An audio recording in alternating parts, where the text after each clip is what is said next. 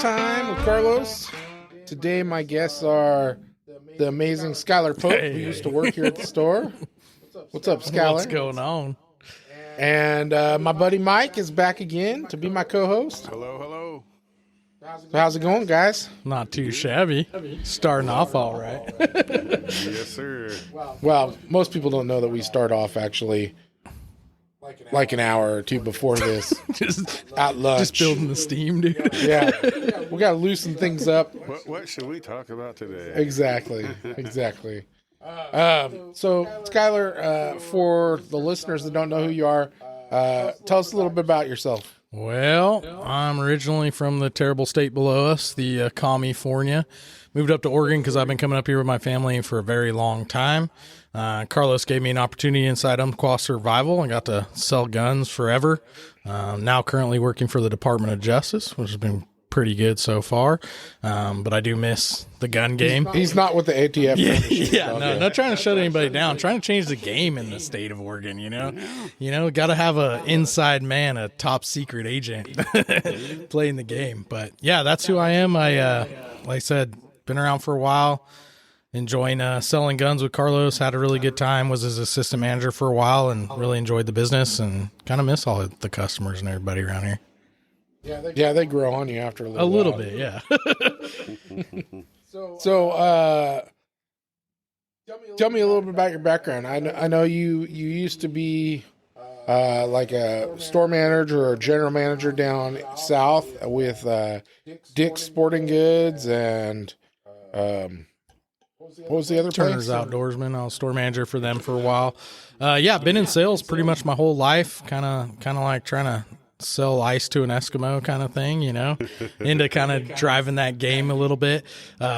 Really enjoyed kind of being in the industry, firearm industry with Dick's Sporting Goods, kind of introduced firearms to California, which was big for them, being an East Coast company. Working for Turner's Outdoorsman, they were a kind of like a mom and pop, pretty good sized business down there, really turning and burning firearms, being a store manager for them. And then coming up here and just kind of getting you my resume and you giving me a chance was amazing. So I'm pretty sure the Mexican mafia introduced firearms to California. Well, yeah, them first. Yeah, absolutely. Yeah.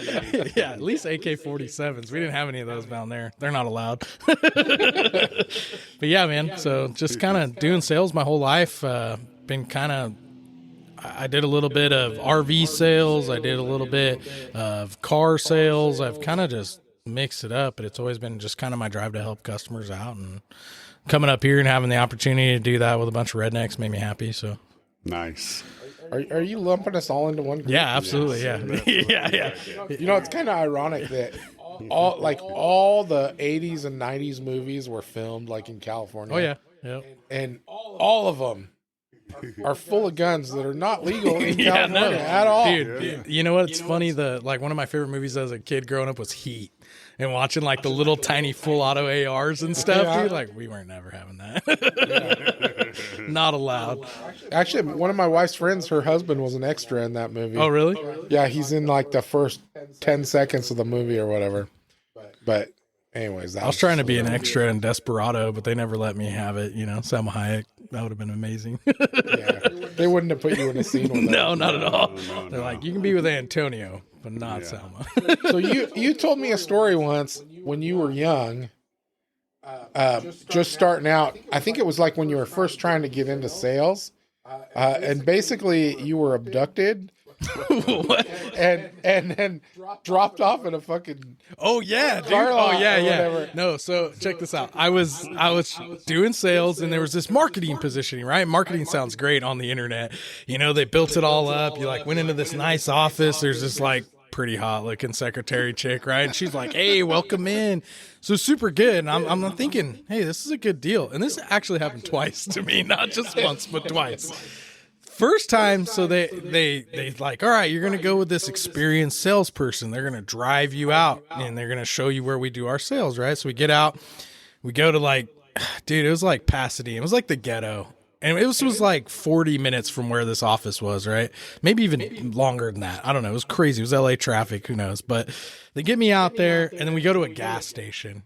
And he's like, all right. And he opens his trunk, and I'm like, this is sketchy already. Like, I'm already nervous, right? and he pulls out this spray, and he's like, all right, man. So just go up to that guy and ask if he wants his rims clean. The orange spray. Yeah, dude, totally. No, absolutely. It was terrible. It was like F1 formula spray, right? And he's like, oh, yeah, they put this on race cars and shit, right? So I'm out here and I'm like, is this the job? Like, am I selling spray at a gas station? And the dude's like, oh, yeah, that's what we do. And I was like, that'd have been nice to know before you drove me all the way out here, right? Wait a minute. Called my ex at the time, right? Like, dude, she was my lady at the time, but my ex now. Call her, like, emergency, like, hey, come get me. She's like, you're like 2 hours from home. I'm like, right, come get me. Dude, so I just leave. I tell that guy, like, nah, this ain't for me. And I just start walking down the street towards the freeway, which is probably like a 3-hour walk down to the freeway, dude. But I'm strutting. I'm like all dressed up in a suit, send my ass down the street. So I finally meet up with her, get back. That was the first time. The second time they took me to a Costco to sell DirecTV. Totally different setup. But I walk into this Costco and they're like, all right, there's your table.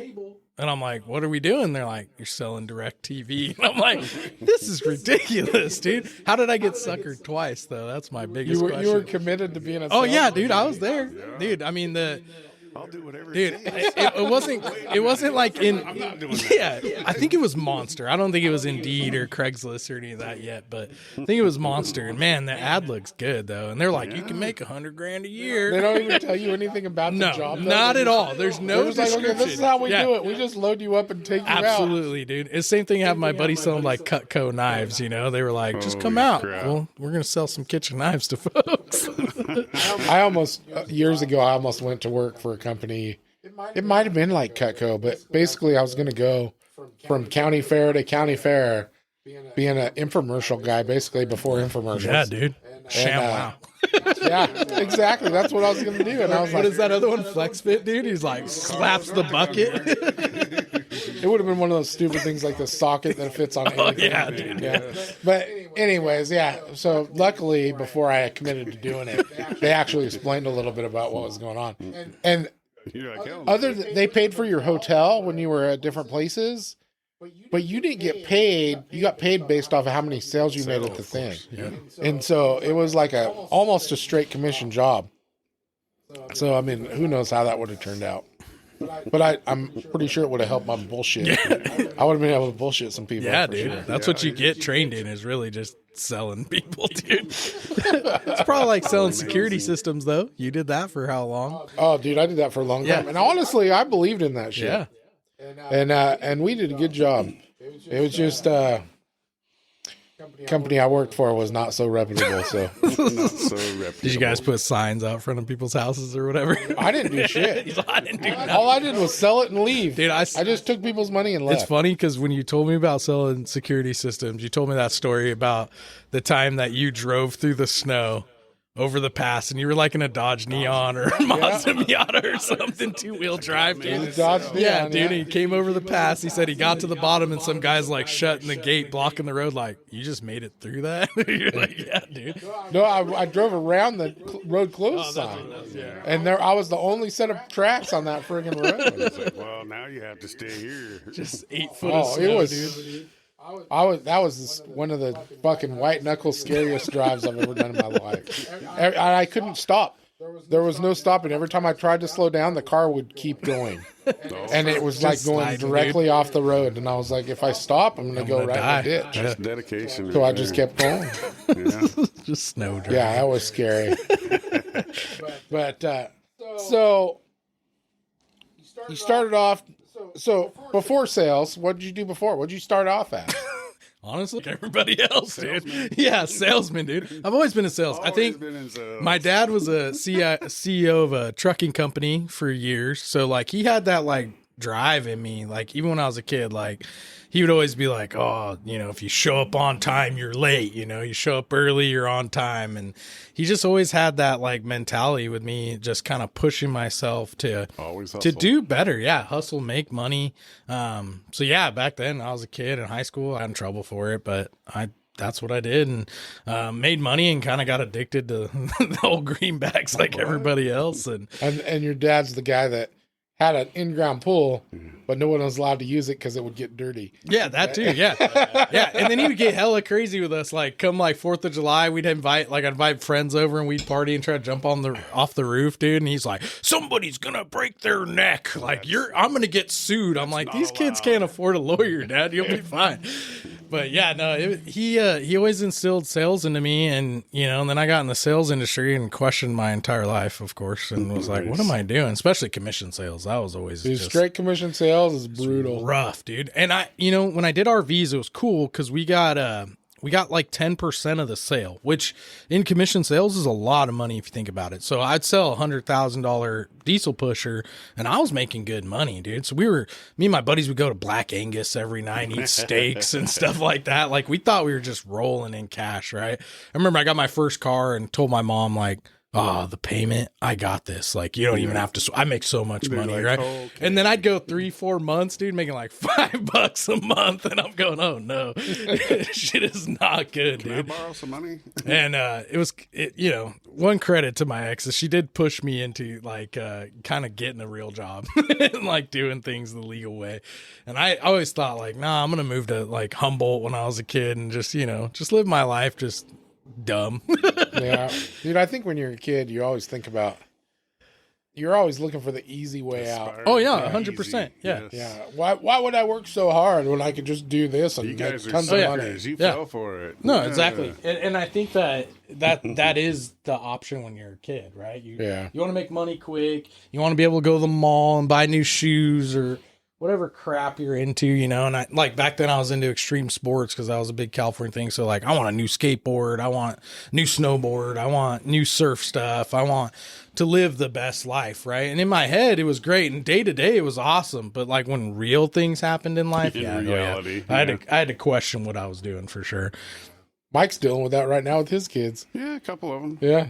They think, they're always looking for the easy way. The easy way. Yeah. Well, and I think today's day and age, it's if you can get on TikTok or any one of those things, right? I It wanna is be the an easy way, influencer. dude. Yeah, Look absolutely. at this kid here. He's a millionaire. Yeah, He's but not you even talk to 20 those, years old. you listen to any of those podcasts or anything with those fucking guys, they've worked their fucking asses Yeah. off. I mean, they've been at it since like 2015. Oh, yeah, it's still a job. Yeah. And I think you're right. Like kids, I think get that confused where they don't realize like You gotta it put the takes work. work. You got to put the Yeah. work in.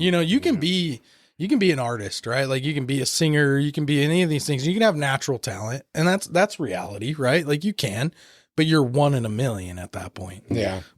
So no, it does take work. And I think even all those influencers, like it takes putting in every day, posting posts, like making sure you're on there. Well, even this, and I just do this basically for fun. Yeah, of course. But it's a lot of work. Like, and like this week, I actually did two episodes, 2 recordings this week. Sunday and today, yeah. And I'm not smart enough to figure out how to freaking save one and then go back to the other. So I gotta be completely done with one before I start the other. And I mean, it's a lot of work, and I'm still figuring it out. I gotta watch 15 YouTube videos before I get through one fucking podcast. Just to edit it, dude. So that I can edit it right and make it sound halfway decent.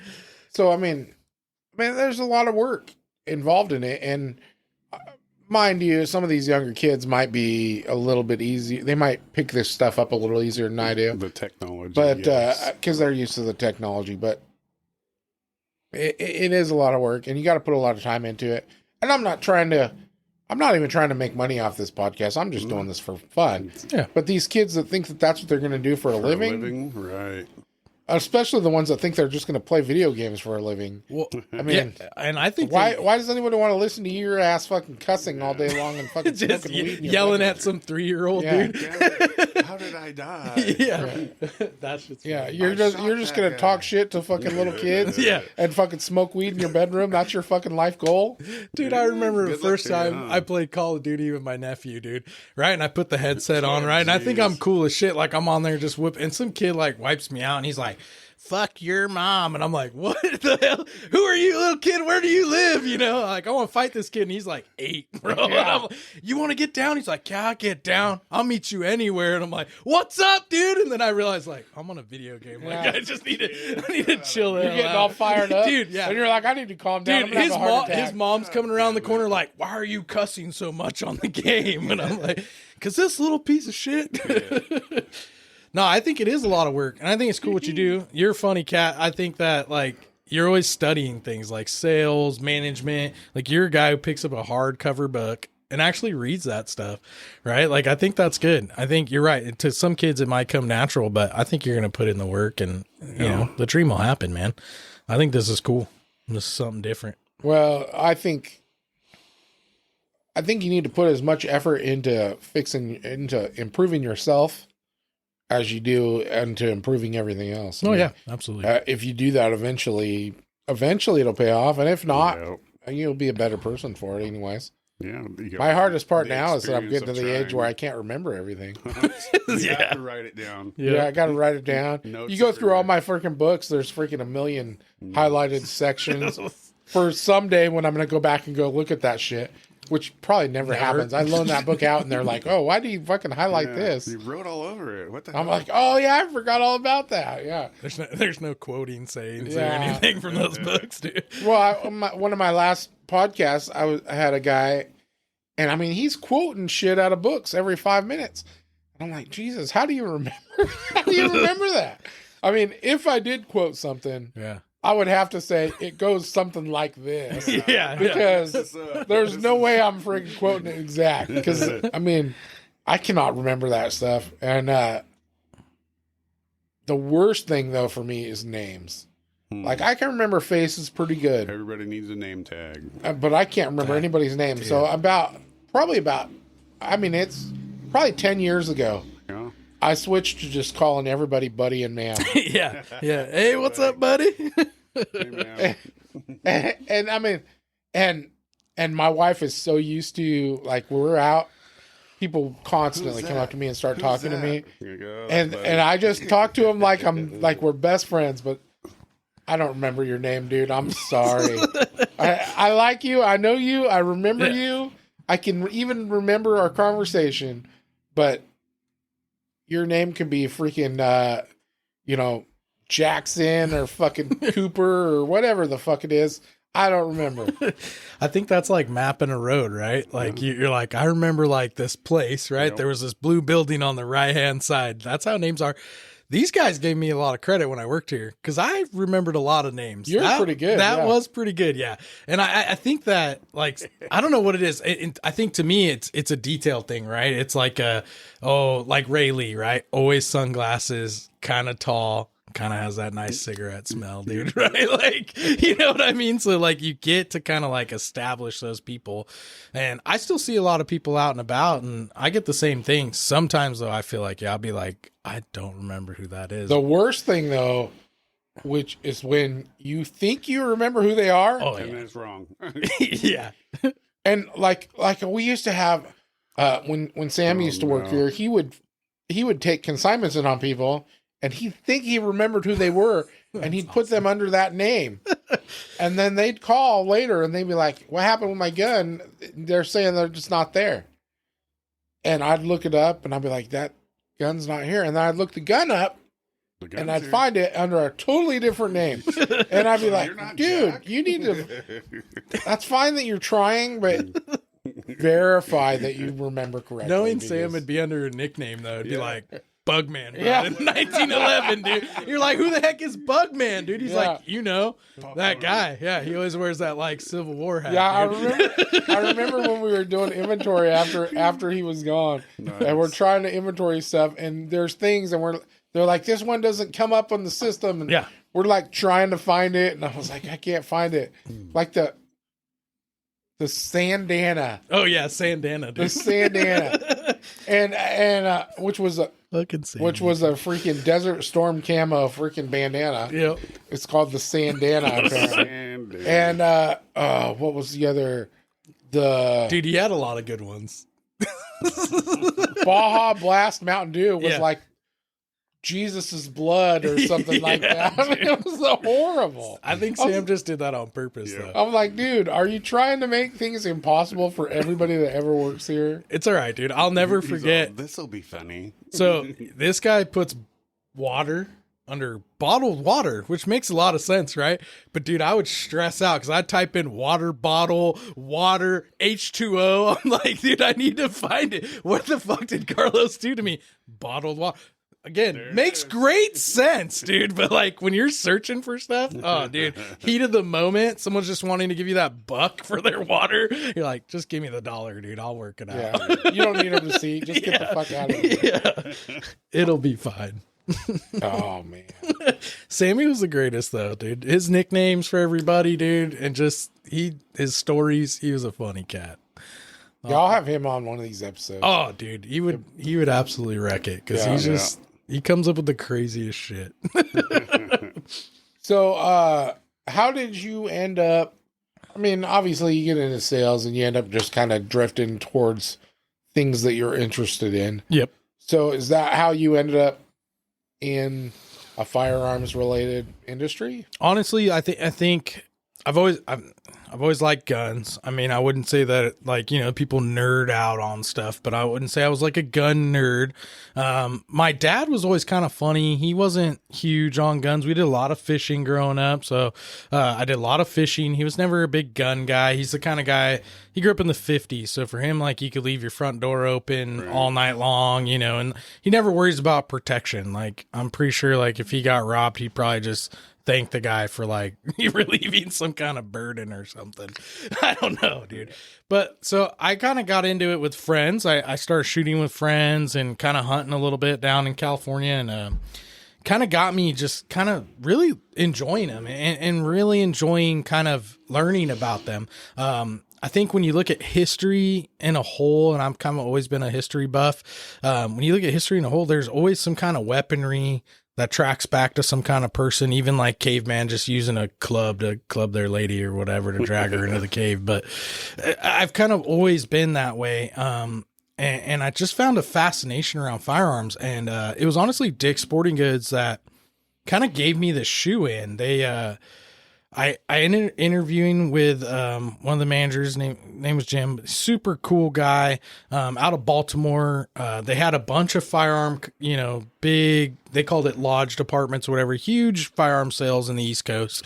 And he came out to me, and they were looking for a hunting like lodge manager position, and we sat in an interview for about 3.5 hours. Just, Holy crap, that's a long interview. dude. Yeah, and I'd never been in an interview. Like most of them were like, "Hey, all right, yeah, you turned can into get the job." Yeah. conversation, Yeah, we were just shooting the shit. He ended up ordering like snacks. Me and him were snacking, like just talking about hunting, talking about firearms, and then he presented the opportunity to say, they were going to bring firearms out to the West Coast, and that's kind of what got me going with it. And it was at that time a lot of Savage Arms 110 bolt actions and Remington 700s and 870s and The basics. just the basics. Yeah, totally. Just the hunting there was- department.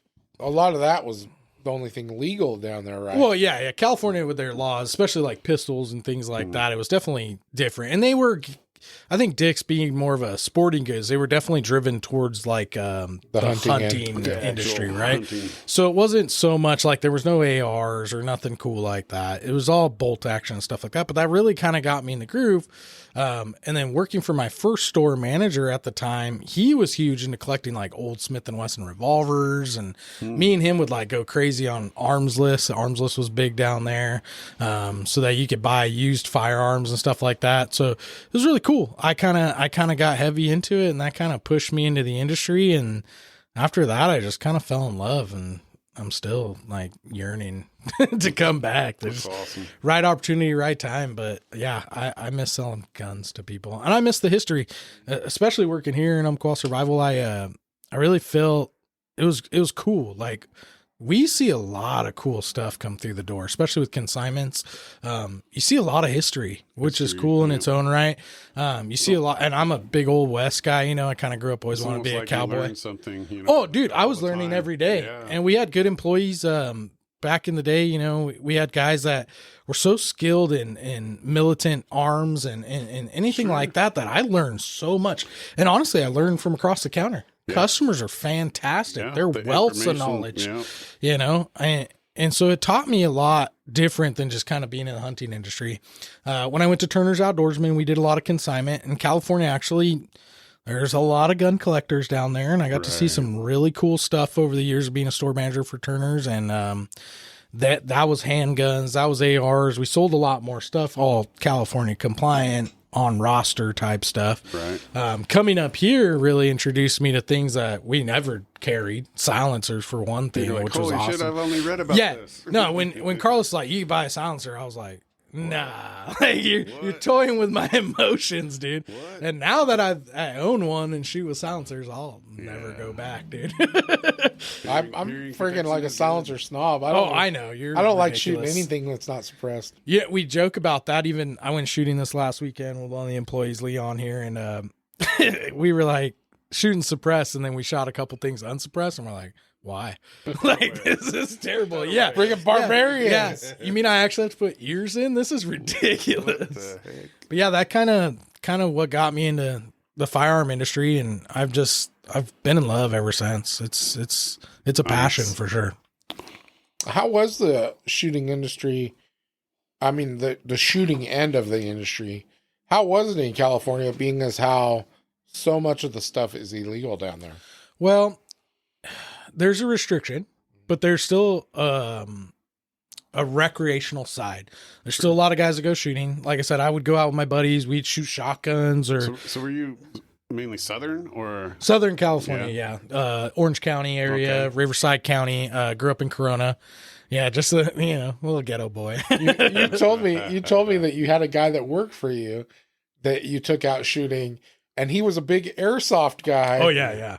And he was trying to make an impression on you guys. So tell me a little bit about that guy. I don't ever think this will get out to him, so I won't say his name, Royce. And I never think it'll reach out to him. And it's funny because I still follow him on Instagram, and now he's much more tactical than he was. Yeah. But yeah, so we decided to all go out shooting. This is like a group of us from Turner's Outdoorsman, and we've got a buddy of mine's got this van, like a creeper van, windowless van, like, just scary, dude. But anyway, he's got like 3 gun safes built into this thing, and obviously even creepier. Yeah. Oh yeah, totally. Yeah. He's on a list somewhere. Yeah, he's definitely got on the list. hanging on the he wall. actually works for Stag Arms now, and when I talked to our Stag rep, he answered the phone. And I was like, Steve, it's me. And he's like, holy crap, dude. When we were getting those like Stag 15Ls or whatever. And so anyways, that's besides the point. We all went out shooting. And this guy, again, I won't name names, Royce. He dressed up in full like weekend warrior, dude. He had his vest on. He had the helmet. He had some like McDonald's nods on, dude. Like some shit you get in the Happy Meal. Yeah, dude. Like, right? And he shows up and we're like, sweet, did you like bring any firearms with you? He's like, oh no. We're like, okay, cool. We're like, did you bring any ammo with you? And he's like, nah. We're like, did you bring water with you? He's like, no. We're like, okay, buddy, hop in. And then like we get out shooting, dude. And the whole time he's like, can you guys like drive me around so I can shoot from the truck and things like that? We're like, I've always wanted to do this. yeah, we're like, no, dude. But yeah, he was pretty funny, that That's guy. awesome. He's like hanging on. Yeah, dude. He wanted. He's Yeah, like, sweet, it's a fucking A-team van. Yeah. On the 18. yeah, dude. I thought he was like a federale, dude. I don't even know, man. He was straight from Mexico, riding the side of the truck. Yeah. And then us, we played by the rules. Of course, we were good kids, right? But we always owned some stuff that probably didn't belong down there. So we had a lot of fun, and it was a good time. We ended up he had a good time, and like I said, he's still in the industry now and doing a lot of stuff. He works with that what do they call themselves? Cry Precision Armor or whatever. So he's really stepped his game up too. That kid that was, the same airsoft dude. Cry Precision. I will tell you what. Every year at SHOT Show, Cry Precision has the biggest freaking SHOT Show party. Oh yeah, yeah. So you have to. It's invitation only. Yep. Nice. And like the first year I went to SHOT Show, I didn't get an invitation, so I didn't go to the party. but the only way into the party was from one of those aircraft freaking inflatable freaking slides. Yep. Like you had to freaking jump in through this fucking doorway and slide into the party. But yeah, they do some crazy shit every year, and it's like one of the hugest parties. I'm pretty sure this year you had to like dress like a pickle. Like to get in, dude. He's got all these videos online. Like he's legit, dude. I'm like I said. Yeah, they're nuts. And they spend the cry party, like I said, is one of the hardest things to get into, and it's freaking huge. Nice. And they hook. I mean, so if you don't know about SHOT Show, when you get invited to a SHOT Show party, it's all included. You just go to the party. You get an invitation. Yep. You get into the party. You don't pay for anything. You're drinking on them. You're eating on them. They always have, like, I went to one party and they had, in one corner, they had a character sketch artist doing character sketches. In another corner, they had a guy that was freaking airbrushing t-shirts. And Nice. I mean, like, they all have stuff like that going on. So it's freaking cool as shit when you go to those parties. And then you're networking the whole time. But, I mean, the fun part, is you're also drinking and you're doing all this shit and you're having fun at these parties. Yeah, okay. So, making those connections before they're ever anything, that guy would probably kill you if you started Right telling now. stories at one Dude, of those cry parties. If it was today and I could have recorded those situations, dude, I would totally send those to his bosses and be like, "This is your boy right here." Yeah, dude, totally. Oh, and man. Steve, the guy that works for Stag, that had the safes in his van. I mean, you want to talk about a gun nut, dude? Yeah. Like he's still the same way. I can imagine for Stag, he's probably bought everything they got. That's amazing. Dude, he loves it out there in Wyoming. So it's cool that these guys have worked for me. They were my employees when I was a store manager, and to see them achieve what they have. Succeed, right? Yeah, absolutely. Right. It's Well, that's all you awesome. ever want when you're a boss. You just want to see your employees become something. Yep. All right. Yeah. So, you've had some guys that work for you. Yeah. That have become something. That's pretty cool. Yep. And then how long were you with those guys? Turner's Outdoorsman, I was with them for about 4 years, almost 5 years. And then Dick's Sporting Goods, I was with them right about the same amount of time. I've always kind of been a chase after those dreams kind of guy. So I was always looking for promotions or to do something else. Turner's was cool because I got my own store, and, that was something I didn't expect. And they stuck me out in the middle of South Central, which is just a beautiful neighborhood in California. If you're ever down there, like Inglewood, South Central, just great areas. I mean, just full of amazing Didn't you tell people. me about people shitting on your front windows? Oh yeah, dude. Yeah. No, the door. This is the best part. You freaking, I get to work. Well, I've had multiple, there's a lot of stories. I'll start off with the first one. First one is there's this kind of like adjoining wall that I parked next to, right? With my truck, I'd like back up into our driveway, but it had like this little, I don't know, like a half wall that kind of like went alongside of my parking spot. Like an alley type thing? Kinda, yeah. I mean, it was like a back street or whatever, and the store had the storefront on the main road. And, dude, this guy is like passed out, dude, like passed out. So I like start to back my truck up. I don't see him, right? And then I'm like, oh crap, like there's somebody there right as I'm backing up. And he's just knocked out. I mean, my truck's not quiet. I mean, it's still the Oregon 2-wheel drive, but it's not quiet. It's got exhaust or whatever. I get out the car and I'm like, hey, wake up. Like, what the hell, dude? What the fuck are you doing? Nothing, dude. I can't get nothing out of it. I'm like, oh, fuck, he's dead. I'm going to have to call the cops. So I go over and I'm like, you know what? His shoes are like hanging out from this piece of cardboard, dude, right? So I just kick the shit out of his shoes. Like, wham, kick him, dude, as hard as I can. Oh, he's like, wakes up, dude. Flops over, like has a heart attack, dude, like flops over the wall. He's like, oh, yeah. And I'm like, dude, you can't sleep here. He's like, oh, I cheated on my wife last night and I'm in trouble. And then he just finds this bike that's sitting there, dude, and rides off. See you later. Yeah. So that was the first one. Like, not even a couple weeks later, I pull into work and I see this big piece of cardboard, because we empty boxes just like here, right? We'd have inventory come in and we'd empty boxes or whatever, stock shelves. And so this big cardboard mess is in the middle of this driveway where I'm pulling in, and I'm like, that's kind of weird. And then I see smoke coming out from under it. And I'm like, holy shit, this shit's on fire, right? I start panicking, right? So I run over and I'm like, boom, and I like throw the piece of cardboard up, and this lady, she's like, hey, you got a lighter? I'm running out of cherry on this cigarette or whatever. And I'm like, lady, what the fuck? Get the fuck out of here. Right? So that happens, and then like couple weeks later, dude, I'm like throwing shit away in our fucking dumpster, and some dude's like, oh, you know, dude, yeah, freaked me the hell out, dude. And I'm like, what the fuck? Get out of my dumpster, right? So, anyways, all that happens. And one day I get to work, and I walk up to the back door to open the door, and I like look down, and I'm like, that looks like shit. Like literal shit, dude. Someone took a dump on my door, like, and let it run all the way down, right into the crack. And I'm like, nah, this ain't cool.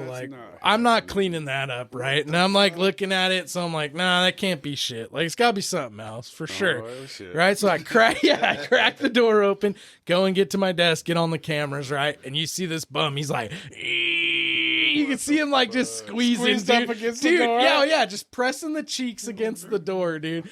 Just taking a shit on the door. And I'm like, does this guy hate me? Like, I don't understand. Yeah. That must be the guy. That was the guy who cheated on his wife, dude. Yeah, this guy got delayed on his purchase for sure, right? Like, yeah. Dude, I was so angry. And then I immediately told one of my employees, like, hey, I got a job for you. And I'm like, hey, you clean this up, dude? And there's this guy, what was his name? I think it was Larry or something, dude.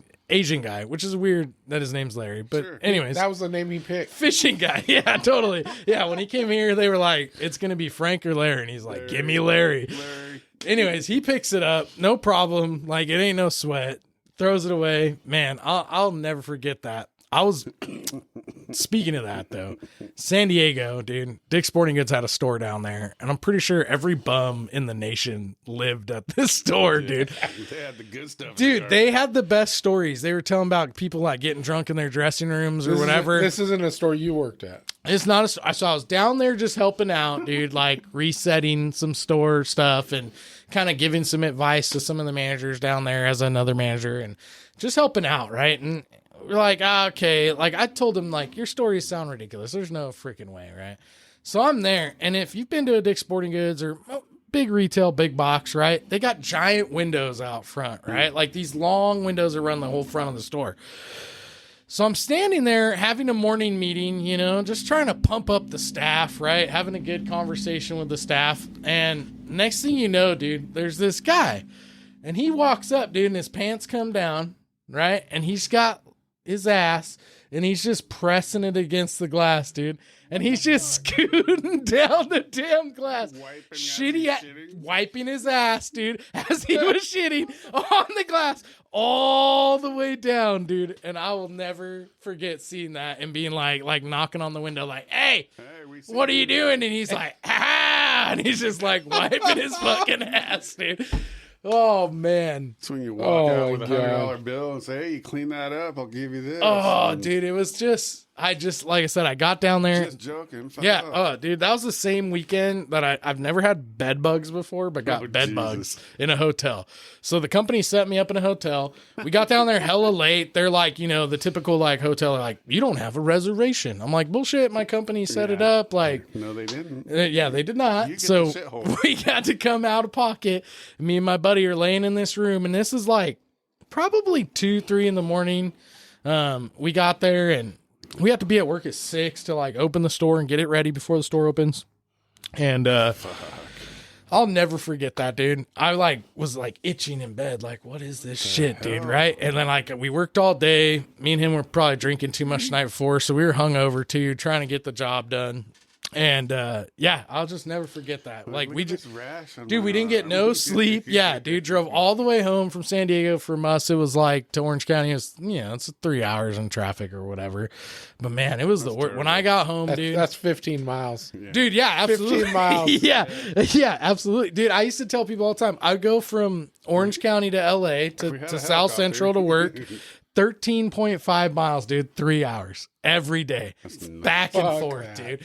It was terrible. That's a why moment right there. Oh Why? man, no, and I do this. I worked for a while. I worked up in ruined me. Seattle when I was doing the security thing, and I met this guy one time, and everything about anytime you're in a big city and you're from Roseburg, it blows your mind when you start talking to these people. But I was up in Seattle and I was selling the security system to this guy, and when I went to get his information, he lived like an hour and a half away from and I was Seattle. like, you drive an hour and a half away? You drive an hour and a half to come to work? And he's like, well, yeah. And I was like, that is crazy to me. That's like 3 hours a day that's just driving. He goes, well, I used to live 20 miles from my office in this apartment or whatever, which is also a whole nother thing. But anyway, so I used to live 20 miles away in this apartment, and it would take me 3 hours to get to work. Oh, he goes, on a good day, I could get there in 2 hours. But most days, it was 2.5, 3 hours before I'd get to work. Just ridiculous. So I'd end up in the car No matter 5 hours a day, 6 hours a day. I was like, holy shit. Yeah, you better have He a goes, nice car. now I live an hour and a half away. And he goes, I can almost get to work in an hour and a half every day. He goes, and I'm driving the whole time. I'm not in traffic jam. This is quicker. I'm not freaking screaming and fucking pulling my hair out. Dude. Every day. He goes, so I have the same commute, but besides the fact that I live an hour and a half away, he goes, I also live on an acre and a half of property. Yeah. I've got a house. It's vacation. I got a weekend. porch I can sit on the I weekend. can piss off my porch. I was like, if I want. this is insane, right? And I'm talking to this guy, and then he tells me that he sold his apartment. He sold his apartment for $800,000. I'm all, you sold your apartment Yeah. What the fuck? for $800,000? I'm all, for $800,000, you could have like a 5,000 square foot house. Yeah, dude. Yeah. You'd be on the river. on like fucking 3 acres where I live. And obviously it's not really like that now here, but I mean, it's still way better than those places. So when you are bitching because your fucking 10-minute drive to work is fucking taking longer, think about these people that live in those places because Dude, absolutely. it's insane. Roseburg's gotten busy. Like, we live in a small town. It is what it is, right? But it's gotten busy, and I bitch and complain about traffic, but it ain't what it was, dude. Living down there was insane, man. And when you spend that much time on the road, not only, like, not with family, not even with coworkers. Well, not even moving. No, dude, you're getting to know. Like, it's pretty sad when you're like, hey, I know You're that like, guy's car. I could see my work Yeah. for an hour before you get there. Dude, one time I left my house, it was my dad's house in Corona, and I left my house and I made the right-hand turn up the street that was next to the house. We were like a couple streets up from the stop sign or whatever, right? Like a whatever, 2-3 houses. I make the right, dude. I'm literally looking in my backyard, and it's been 2.5 hours. I called into work like, yo, I'm just not going to make it. Like, I'm going to turn around and go back to the house that I can still see. Yeah, dude, there was days, I mean, accidents, whatever it might be. It was brutal, dude. Dude, it's no wonder Two Bro rode his bicycle everywhere, dude. Yeah. Dude, if you could bike without dying, I would have biked. I'd probably be a lot healthier looking than I do now. For sure. I would be skinny, dude, if I biked every day. But, you know, you got the luxury of having a vehicle. But you talk about, down there you got fast track, so that's a charge. You got gas. You got oil changes. You're doing 3,000 miles on your truck doing fucking no time, dude. Yeah. And then owning like a pickup or anything like that down there is like a joke. You wonder, you see why they kind of all want to go electric or whatever. It's just parking spot, dude. It's ridiculous. I mean, I'm not gonna go to like Taco Bell and plug in Sutherland like they do here, but still, like it makes kind of sense when you're in that kind of environment. Yeah, well, we're not. So yeah, we're never gonna be that. Man, no. I will do. When I buy a fucking car, Yeah. another car, it's gonna get worse mileage. Yeah, than oh yeah, that. dude, absolutely. Yeah, I It's gonna you be know, a the wife's like, classic. "What do you want?" And I'm like, "Oh, like an F-350." She's like, "For what?" And I'm like, "Just to like roll coal on people." You know what I mean? Yeah, like a Dodge Cover. Well, you've yeah, been driving absolutely. the fucking Californian truck for so long, dude, dude. it's a thing. If you see Skyler out, his truck is 2-wheel drive. Yeah, it is 2-wheel drive. It's the saddest fucking thing I've ever got seen in the my old life. You know, when you hit wet grass and you spin out, like You know it's you're no not supposed good, to be dude. there. Yeah, it's okay because it gets me to almost where I'm Hey, going it to gets you hunt. there. Yeah, Almost, yeah, and then you gotta walk. yeah. And then hunting's a whole thing out You'll here. never scare the game off with No, your truck. dude, no one's ever told me No, that. his truck's like, loud. Yeah, Like yeah. he's got it all set. It's got a lift and freaking tires on it. Yeah, It does looks all like right. it's 4-wheel drive, and then you get Yeah. into it and you're like, what the fuck is this? Yeah, Wheel dude. drive Baja truck. Yeah, it's fine. It Yeah. does great. It gets me to hunt, and then the animals out His here. truck just, is like fucking a transvestite, dude. Like you're like, it's a fuck that tranny bitch truck, is dude. hot, and then Yeah. you fucking go and talk to her, and she's like, Oh, you got hey, what's happening? hey, how's it going? I'm the real Cole Medina. No, dude, I'm telling you, it gets me out to hunt, and then the animals just don't like me. Yeah. Yeah, I've been hunting now, what, like 3 years in this state, and I pretty much, caught fish. And only a couple of those. Yeah, it's one of those things, you go deer hunting, and then like, all you see is grouse, but you don't got a shotgun. Yeah. I know Well, you have the solve for that. I But would say headshot it, but if you Yeah. miss, you're still fucked. yeah, I mean, you can't pull out the 270 and just rip a grouse, dude. And then it won't be nothing Dude, left. the key is to have multiple guns in your vehicle at all right. times. Yeah, no, totally. And Or I on your body. yeah. I pack a lot of heat in the woods, but just animals just avoid me. I don't know what it is. Maybe it's the fact that I gotta take a shit every time I get out there. I've dumped more in the woods than I fucking shot at If you animals. mark your territory everywhere, they know where you're at. Yeah. Skyler was here. Yeah, dude. It's one of those things. So this year I'm hoping things get better. When you're 3 years in, you should at least be. You'll have to shooting at come shit. hunting with us. So. Yeah. Mike and I always are looking for somebody in better shape to hunt with us. Oh yeah. So basically, you guys want to hunt with Sean then, not me. We always eat well Yeah. when we go hunting. That's for We've sure. already had this discussion, dude. I was working on a fence in my yard, dude, and I about died. Yeah. I told the wife, like, I'm gonna need 3-4 days off because I feel like I've worked out. She's like, what? And I'm like, yeah, dude. Those boards, you got to hold them up to drill them in. It's terrible. Dude, It's a lot, dude. Every project is like a multiple person project. Yeah, Okay. That's absolutely. a core workout on that one. Yeah, you got to make friends so you can have your friends come over and then you just dictate shit. You're like, oh well, y'all should just work on this and I'll measure this out for you. No, I'd be down to go hunting with you guys. Well, to be honest, I have not killed a deer in several years. So And the last deer he killed, him either. the last deer he killed, he shot in No. the asshole. that's right. Oh yeah, That fucker Texas didn't get away. Texas rim shot, dude. I- High He power. fucking shot it, and I looked over at him. I go, "Did you just shoot that fucking deer in the butthole?" And he Yes, goes, I "Yes, did." I did." It's okay.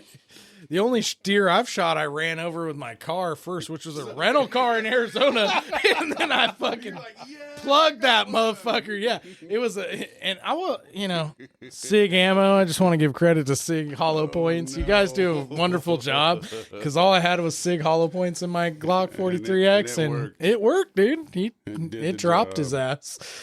But yeah, that's the only deer I've shot. So, and this guy, I'm gonna, not to put him on blast, but Mr. Cow Creek tags with like 400 tags a year now. What do you get? Like 7 deer, 18 elk, it was- 46 turkeys. It hasn't done me any good yet. I Well, haven't yeah. killed nothing with him About it, yet. he's got all this opportunity, but he won't go fucking Yeah. out and do And, it. well, I know that feeling. Dude. Mike and I waited till the last 2 Yeah. weeks that it was possible Yeah. to go out, Like, and I we was like, better- we "Son better of a go. bitch! I gotta start earlier next year." See, Shit. This is what makes my wife the best right now. She goes, "Hey man, my coworker, he's a super nice guy. He really hunts this one area out east, and they hunt all the time. Like, you should get a tag, right?" So I come in here and I'm like, all right, coming Quad Survival, get my tags, right? I'm super excited. So I put in for my buck tag out in the middle of nowhere, right? Well, she didn't tell me it was elk. that they go for every year out there, dude. So now I got a buck tag in, I don't know, dude, Murder Creek or Mueller Farm, dude, like somewhere in the middle of fucking nowhere. You wasted your points. Oh no, 100%, dude. And I'm like, okay, sweet. So then I put in for Powers Elk. Powers Elk's where it's at. Yeah.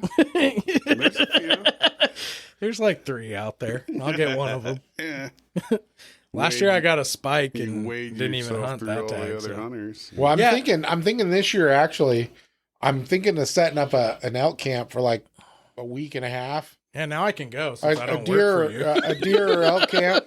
Actually, it'll probably be. I might set up a camp for like 2 weeks. It'll be deer and elk. Yeah, we should. And basically, any of my employees or friends that want to come and come and hang out, they can come do that, dude. And during that time, Well, dude, you've been telling me for like 3 years about this elk chili fucking dinner man, that I had to dude, be we a part eat of, so dude. Fucking well. It's amazing. Yeah, it's not fair. And then he's got an RV, dude. We He's like a always luxury seem to pick camper. the area that is either totally fucking overran with people doing the exact same thing we're doing, or it's an area that there's absolutely no fucking animals in, and there's a reason why nobody hunts that area. well, last time we hunted up like La Mola, Yeah, we're fucking wolves. and day one we come across this giant fucking wolf kill. yes, And then find some freaking little baby elk legs and shit in the fucking ditch. the day we get there, And I was like, yeah, this is probably This not ain't a gonna good work. sign. What do they say about wolves? You just gut shot them. Yeah. Well, you got to see them to do that. Always So. have a sidearm with you. Yeah, that's not. I That's think terrible, that area is tough though. but Anyways, it's worth it. Yeah. I mean, we live in a county that like nothing's flat. There's no ground that's forgiving at all out here. That's for sure. So you gotta go out and push, you know. I and- really like the area that the girls went camping in last year with when we went and put the signs up. well, that was up before. like 12 Mile, right? Yeah. That was up in the Powers unit. That was an awesome area. See, that's Yeah. the unit that I keep. And as we're setting up their Thinking camp about. and everything, they're sitting there. I was like, "Hey, there's a buck." yeah, and our rifles were in the fucking truck. Like, go shoot it. It's like, no, I'm not going to run to the truck. I'm going to sit here and drink my beer. Dude, that's the time we gotta take a pop shot at them. Yep. You never know. You're like, well, we're out of season. Oh, I didn't even hear that from me. He's never out of season. I know. That's what I'm saying. He's spoiled, dude. Yeah. And we're out here struggling. I'm having to put in points every year and spending $8 a fucking extra point for tags and all this crazy shit. So the state loves you. The state does love me, Yeah. dude. I'm a donator because, you gotta, if you don't actually kill shit, you're awesome. just donating to the cause, dude. Well, we'll go out this year. We'll shoot something. Dude, I should have gone out for a spring black bear. I've been thinking. Ernie wants me to go out and shoot some bears with him. Ernie would be good. You guys did well on some salmon this year. Oh, dude, that was Salmon fun. are hitting like crazy, dude. And you guys had some beauties. Well, so you say you guys, but just so everybody that knows, Yeah, listen to Ernie this. didn't catch shit. oh no, His fish were like Well, 4 he's a inches guy, long. dude. I caught all the Something he's fish, totally used to just hanging on to. and I wasn't even. It was all And Dan I go and fishing Carlos. just to get out of the fucking house. I don't give a shit. Yeah, you didn't bring me any salmon, but that's cool. It's in my fucking fridge. Whatever, dude. You also didn't invite me to OHA this year either. That's Oregon Hunters Association. Carlos just decided to go by himself. No, I had a full and table. and I had a took, full took table. his family and I friends. should have took you instead of ridiculous. Mike, Yeah, because Mike was fucking lit up. Yeah. I'm probably not. He told welcome everybody there at OHA to fuck off. Oh, I heard about that actually, and not even from you guys, which is pretty rough, dude. Yeah, I heard Mike was the champ out there this year. I think that every event takes one of us to go over there and just There's act always like an asshole. I told my wife that this year. I said every year I got somebody I got to fucking babysit. absolutely, dude. Sarah's I've been in always- a few of He's those. like, hey, you're embarrassing Carlos. I said, no, I'm not. I'm representing this fucking store. I'm representing. Carlos is a sweetheart. He takes me to La Tip, which is like a business thing he does, right? And it's great. He's like, hey, we're going to go over and have our dinner. And I was like, okay, sweet. And then they just started like, I don't know if they were giving whiskey away or I just bought a lot of them. The next thing I know, I'm pretty buzzed. And he's looking at me like, why did I bring you? And I was like, because you love me. Here, taste this. But it's okay. You didn't invite me this year, dude. You know, it was my wife's birthday weekend. I had my kid here, so no big deal. You I'm wouldn't have done not it upset. anyway. You would have fucking declined. I love that one every year, though. They do a real good job, those guys at Oregon Hunters Association. When they hear OHA, you always get like, oh, are you part of the health association? You're like, nah, I'm a hunter. Dude, and, you know, they give that calendar away every year, right? And I've been trying to win one of these guns. That's $50. They don't give that away. Well, I mean, you're right. It does cost me money every year and a membership fee. But anyways, I'm that guy every Wednesday who's online just hoping to win. No guns. I'd even take that Stoger 3500 shotgun they want to give away, you know. I'd take the crap gun. I don't care. I just want to win something, dude. I always feel like we invest all that money. Cool. NRA is cool. It's a big banquet. I went one year with Carlos and it's a big deal. It's a thing. I have no luck at these banquets though, dude. Well, I'll tell you, the bigger the banquet, the less luck you have, obviously. Oh yeah, absolutely. The smaller ones are. Yeah, I think like Ducks when we go. Ducks is a really nice setup. Rocky Mountain. Rocky Mountain's cool one because I really enjoyed last time we went. They had a lot of games. They had a lot of chances for you to win different stuff. So that was really cool. But yeah, I just have no luck, dude. That Delta Waterfowl that you actually introduced me to. Yeah, man. Those guys have been inviting me. So I'll probably go to their event this next year. Well, I know you sponsored it, which I was super stoked that you sponsored. I donated a couple prizes. Yeah, dude. I think that's awesome. Yeah, so Delta Waterfowl is... I think they had the event over in the coast, though. No, it was here. It was at the fairgrounds. Oh, was it? Okay. Yeah. So my wife works with this kid, Hunter. He's from Texas. Super cool kid. Super heavy into this organization. They're very much like Ducks Unlimited in the fact that they've been around for like 100 years. They're very big into conservation and make sure that we have duck hunting areas and all this stuff. And it's supposed to be really cool. And he's been hitting me up like crazy, like, oh, you got to go. And so, you know, I totally passed the buck and threw him at Carlos and said, hey, Carlos takes care of folks in the community. If it's something local that you're involved with, like, go down there and talk to him. And, you know, if he doesn't got money to throw at you, he'll hook you up with some swag. Like, you know, or give you the information. Whatever it may be, or show up like you're talking about doing. I think it'd be really cool. They ended up having a couple of the firefighters my wife works with said they had a really good time. First off, and they had a lot of cool stuff that they gave away. Like actually. Big money stuff, like nice guns, and they're still pretty new in the area, so I'm kind of interested in seeing what they bring to Douglas County. But maybe some of those smaller things, maybe some of these smaller events, they're just trying to get their foot in the door. Yeah. Maybe I'll have to holler at your freaking wife and we'll split a table or something. Yeah, absolutely, dude. She's the boss, so like if you want money to be spent. You know, this way I don't put out as much and she doesn't put out as much, but we're still representing. Well, true, and it's not a, you know where the money's going. Oh yeah. Oh no, and I think that's great, and that's what I'm saying. I really want to see what they get back to Douglas County, right? And not to beat up on any of the organizations, but you want to see something happen locally. Yeah. You know, it's cool when something happens up in Santiam or the Portland area or whatever, right? That's great, but like where we come from, I want to see it here, right? You know, bring the money here, and I think that's why I think I respect OHA a ton. Because they really do put a lot of money back into the Umpqua Valley, you know. They make sure we got good areas that they're fighting politically for us. So yeah, I was talking to Kelly right before the OHA banquet. That's a man, by the way. And he was telling me that there's a lifelong member of OHA who just passed away. Oh, okay. And he donated his property to the OHA. Cool. Wow.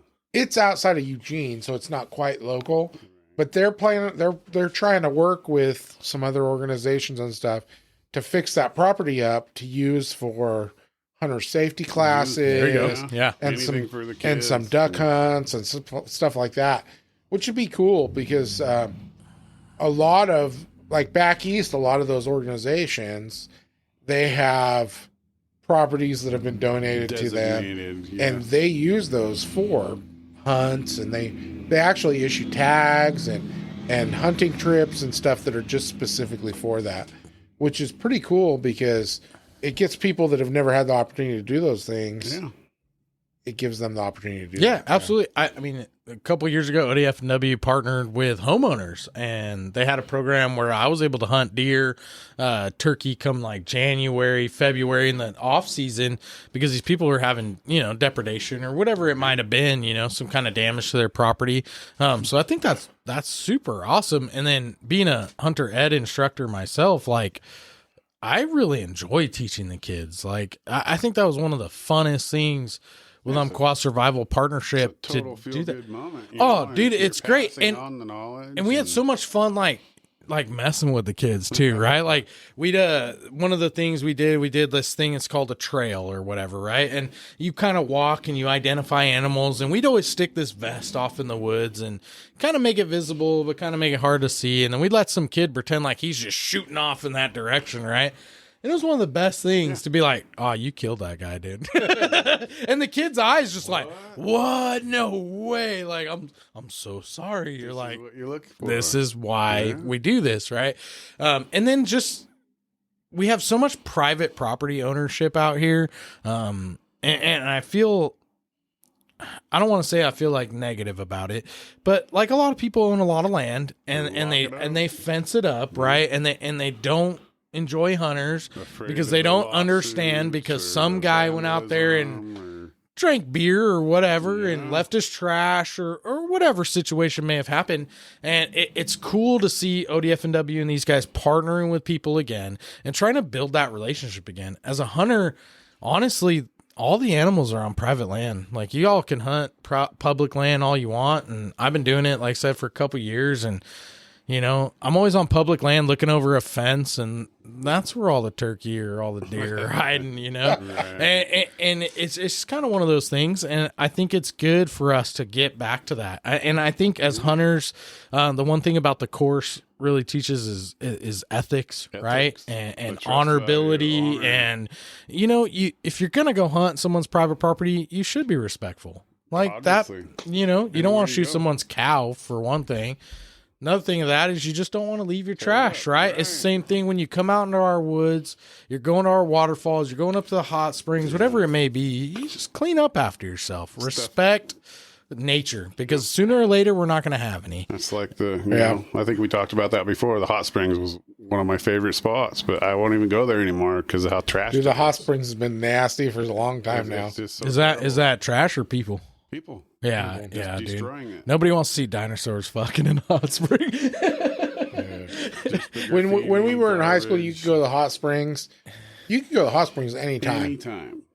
And there would usually be nobody there. Yeah. Now there's a fucking and you go out there and you'd have it to yourself. Dude. It's terrible. You can enjoy it. You can have fun.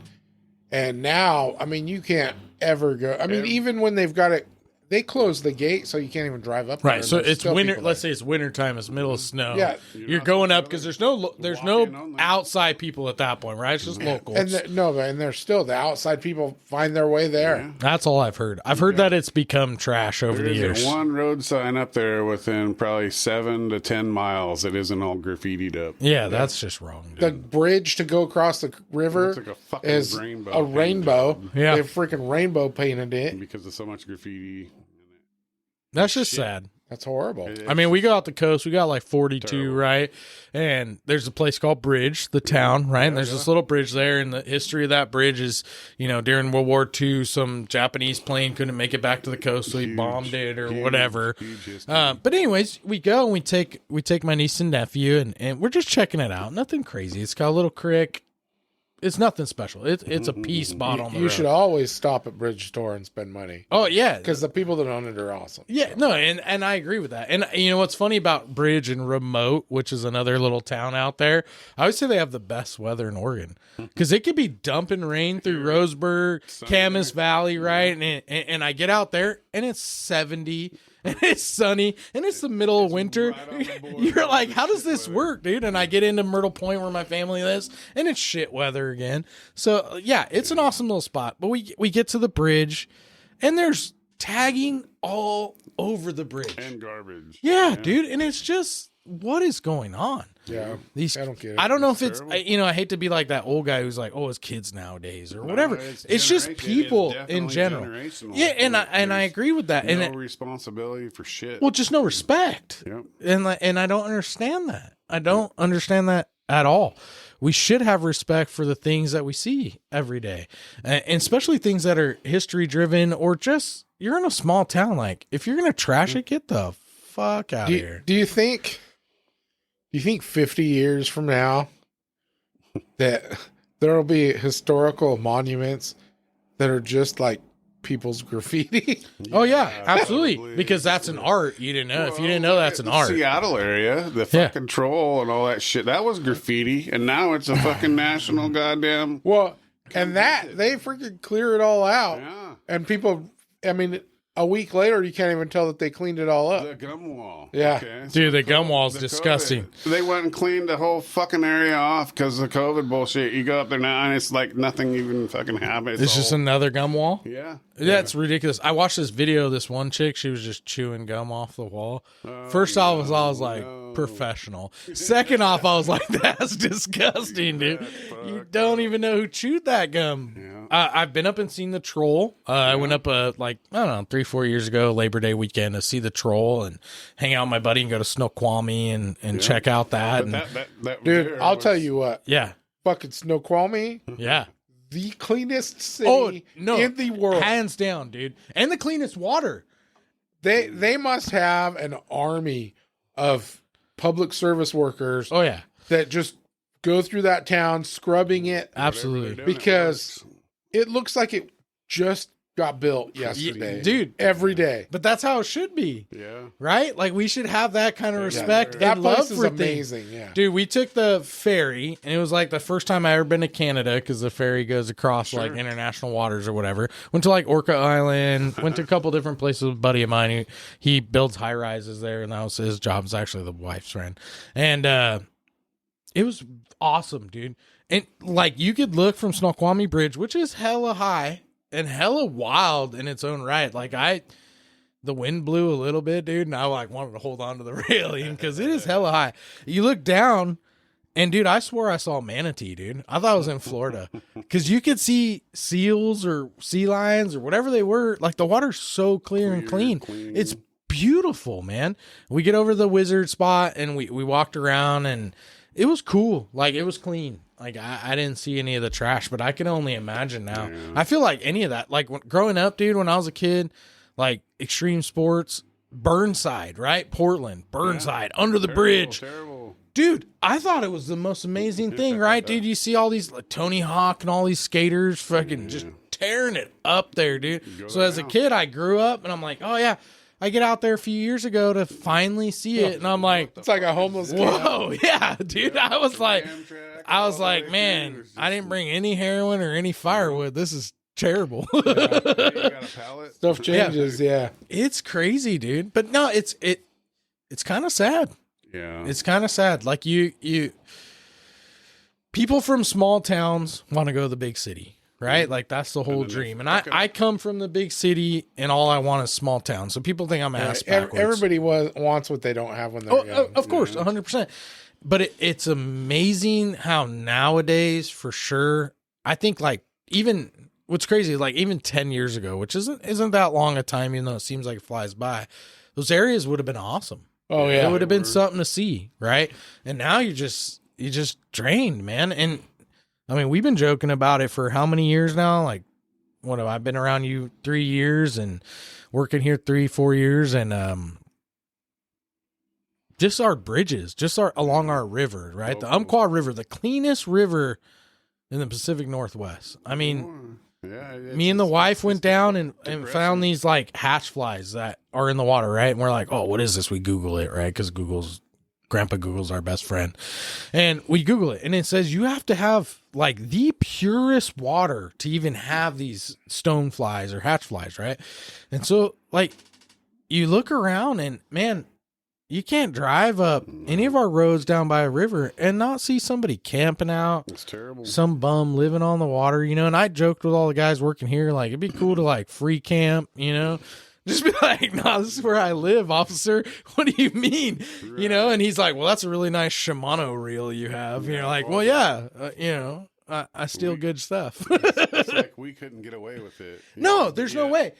Dude, I'm in an industry, right? I work for the Department of Justice of the state, man. And it's nuts. Like, I look at people's, you know, I probably shouldn't say too much, but I look at people's backgrounds in courts or whatever, and people, they could have 20 felonies, dude. I feel like if I commit one felony, I'm in jail forever, dude. Yeah, they're fucking me, right? But these guys, they just let them go, dude. This guy I have, and again, I won't name names because I won't get anybody in trouble, but this guy I'm following, he's like most wanted in Coos Bay, right? Which is a local coastal town to us. And there's this video of him like yelling at people online, which YouTube, thank God for YouTube, dude. Because otherwise I wouldn't have got to see this video. But the greatest thing is he's screaming at this guy like, what's up, fool? You want to fight? Fuck you, whatever. And the dog that he has is just humping his leg for like 10 minutes straight, dude, while he's just trying to be tough. And I'm just cracking up, dude. I can't even stop. You kick your dog off. Yeah, dude. He wouldn't even kick him off. He's like, doing a good job, buddy. Yeah, I like how you do that. You know, you really got an angle there. But no, it's just crazy to me, dude, that we've gotten in this day and age where, yeah, if you're, I don't want to say a street walker, whatever you are, if you're a consistent person, we're at a place where we're so sensitive or so insensitized. Yeah, it's just this weird thing, dude. Value of seeing, dude, you can do whatever the fuck you want. Well, and the cops have their hands tied. Oh yeah, dude, which is terrible. There's so much shit they can't do, and then when they do try and do their job, there's some fucking asshole with a fucking cell phone trying to freaking call them out that they're being abusive. Dude, absolutely, especially in the big cities. Like, no, I'm doing you can't avoid the cell phone at that point. Dude, when I was growing up, I used to want to be a cop. There's no way I'd be a cop now. I grew up the same way. I wanted to be a cop, and I look at them now and I say, poor guy. You know, I mean, I don't know if you guys got the Amber Alert the other night on your phone, right? That dude, ex-cop, crazy, right? Just giving cops a bad name out there doing crazy shit. Murks his fucking girlfriend in the middle of the daytime. Yeah. Dude steals a baby. They get to his house. What a waste of time because he just killed himself anyways. Dude. What a dumb fuck. Well, and I think that even when we talk about, you know, I know it's like a sore subject for the United States, but like mass shootings, right? Mass shootings, it's always some dude, he does his crime, and then the cops are on the way and he just murks himself, dude. Yeah, like, what? Like, come on, dude. Made my point. Yeah, right. And it's like, because they're all fucking chicken shit. Yeah, pieces and I hate to say that, be like, who paid you to fuck. do that, dude? You know what I mean? And this guy, same thing, right? So you get he whatever. You know, I tried to tell people at work that he was getting ganged up on by his ex and his girlfriend, like for sure. He was just having a bad day. But anyways, he murks the girlfriend in mid-daylight, steals the baby. The cops serve a warrant at his house, find his ex's dead body, which, you know, we all know how exes are. So that was probably, you know, like a plot. But right. And then he takes off and like you said, dude, just murks himself. Like that's it. You know, and I feel bad for the kid because I can imagine the trauma, but later in life, yeah. I just that was a baby. That baby's not gonna remember shit. Dude, I don't know, man. I just loud noises, dude. They're gonna be like toaster. It's loud, you know. Like, yeah, hopefully that fireworks. Kid, hopefully that kid ends up with a good foster home because no, absolutely, a good or some family to whatever. adopt it because, I mean, yep. And the sad thing is that kid's gonna be able to look up its past. Oh, that's what I'm saying, right? And come on, his whole family's just fucked. Your mommy died, your daddy died, and then he killed himself because he's a fucking piece of shit. Piece of shit, right? But yeah, I mean that's just crazy. And the funniest part of that story, and I'll kind of give credit to one of my coworkers, but she goes, "Oh, he was running to Mexico," and she was like, "Just because he was brown," right? And I'm like, "That's probably true." I'll tell you what, I will. It's a long way to Mexico from Washington. I will send this out there to everybody that's abducting kids. Don't do it. Quit doing it at fucking 4 o'clock in the morning. That shit woke me up. Yeah, you son of a fucking bitch. woke me up out of a dead sleep, dude. And I mean, if you're gonna abduct people, do it during regular business hours. Business. Come on. Yeah. It's pretty wild he did it midday. Yeah. I don't know if you've seen Sound of Freedom. You get a chance to watch that I movie, still haven't right? watched that, but yeah. Okay, it's super solid, right? Like they do a good job talking about depressing. human trap. No, 100%. Like it's shitty, right? They take advantage of third world countries. Whatever. It happens here in America every day, and We got fucking I-5 is the main. dude, Oh, it yeah. is. They it catch is them all the wild. time on I-5. It is wild, right? And we locally, and I won't spin the story too much, but locally we've seen a lot of that too. And it's crazy how much involvement is in that industry, Yeah. right? Like I never, selling weed as a high school kid, working in sales, like I never thought like little kids was the business, dude. Like what the fuck? And these people are sick, man. In Hollywood, it's all about it. And then I don't know if you've seen that dude. He's like a vampire, bro. He's he's like his own thing in Hollywood, and he like Is he a politician? no, but he drinks his kids like blood, dude, Oh yeah. to stay young. That's weird. Have you seen that? No, that's creepy. Oh, though. dude, yeah, totally. So, anyways, this dude, like, it's all over. It's like Joe Rogan shit or I'll have something. to Who check knows? that out. Yeah, dude, it's wild. He drinks the blood of his child to stay younger, I thought dude. there was like politicians into that shit. Yeah, oh yeah, I'm sure there is. Tied You know, into what it. are they like? Lady Gaga or whatever. She's all about that. Nancy Pelosi.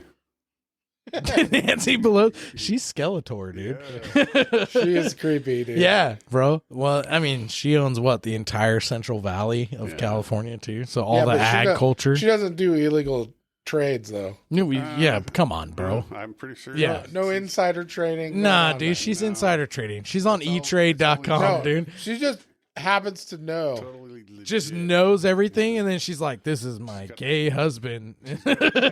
Like what? Gets in a fucking fight with an underwear with a hammer with some Yeah. fucking random dude. Yeah, dude. Yeah. Dude, and then they call Mel Gibson. They're like, "How's that gerbil? You know what I mean? Is he doing all right? Does he want to work some more holes?" That was Richard Gere, not Mel No, I Gibson. thought it was Mel Gibson. No, it was oh, Richard come Gere. on, dude. I'm pretty sure it was Mel Gibson too. Was it Richard Gere? Mel Gibson's just crazy. Richard Grere's what, like Pretty Women or whatever? Yeah. Oh, okay, Pretty yeah, Woman, yeah, for yeah, sure. yeah. He's like, Mel Pretty Gibson's Woman. just crazy. Yeah. Yeah. Mel Gibson is crazy. I mean, come on, like, was that Jesus Christ? Whatever his shit. Superstar. Yeah. Was it Jesus Christ Superstar? No, he did that other one. No. it wasn't that. The movie. You're The talking about movie, yeah. That was a right? good movie, No, that's what I'm actually, saying. though. Dude, I will tell you, between like Braveheart, The Patriot, right? Like, I respect him. He's not like Hassel the Hoff, dude. That guy's a whole Hassel nother the story. And he might have gerbiled too, dude. I wouldn't doubt it. Yeah. I don't know how much of that stuff's true, but I don't know, dude, but you know, it gives us stuff to talk about. So yeah, it's I mean, The National Enquirer. I don't know if everybody knows, but Carlos has had a gerbil farm for the past 3 years. He's like, yeah, I just use those for my potato gun. Yeah, exactly. Yeah. with fucking Dude, umbrella or- nothing's worse than when you're Something. trying to barbecue and all of a sudden you just get this red mist sprayed over you. Yeah, you're like, what is that? That's awesome, dude. That's fucking seasoning. Seasoning. That's awesome. Anyways, if you guys haven't tried gerbils on your tri-tip, you know, just go ahead and sprinkle a little bit of It's that shit on worth there. it. You'll never know. That's awesome. Oh shit. You got any more questions for me, dude? You're just letting me rattle. That's all we do. You just prattle and rattle. This is not like an interview. It should be. No, this is just No. this is just people hanging out, having some The drinks, random and fucking thoughts. talking about random shit. I think I need some more of that chicken cock you got over there. Oh, you can have some. Good There you go. Good stuff. What have you been doing, Mike? Yeah, Mike's the quietest one on this podcast, dude. He's supposed to be co-hosting. He's over here just like, yeah, guys, Mike whatever you never say is talks. awesome. I'm laughing. He said, I'm just laughing. and learning. It's great. You want some chicken cock? No, I'm good with the Oh, cock. come on, dude. I got my Mike, he's Yeah. good with the cock, Yeah. he says. I'm banquet Banquet beers, my dude. The banquet. Buckskin. stuff. Coors Oh, Original. shit. By the way, if you don't drink Coors Original, you're a pussy. I'm a pussy because that shit tastes like garbage. You know, it says it's from Golden, Colorado. I'm pretty sure it's from Roseburg, Oregon. Roseburg. Douglas County's finest. That always reminds me of Johnny What were you Cash. drinking when we did the Saunter event? Everything. No, I don't remember.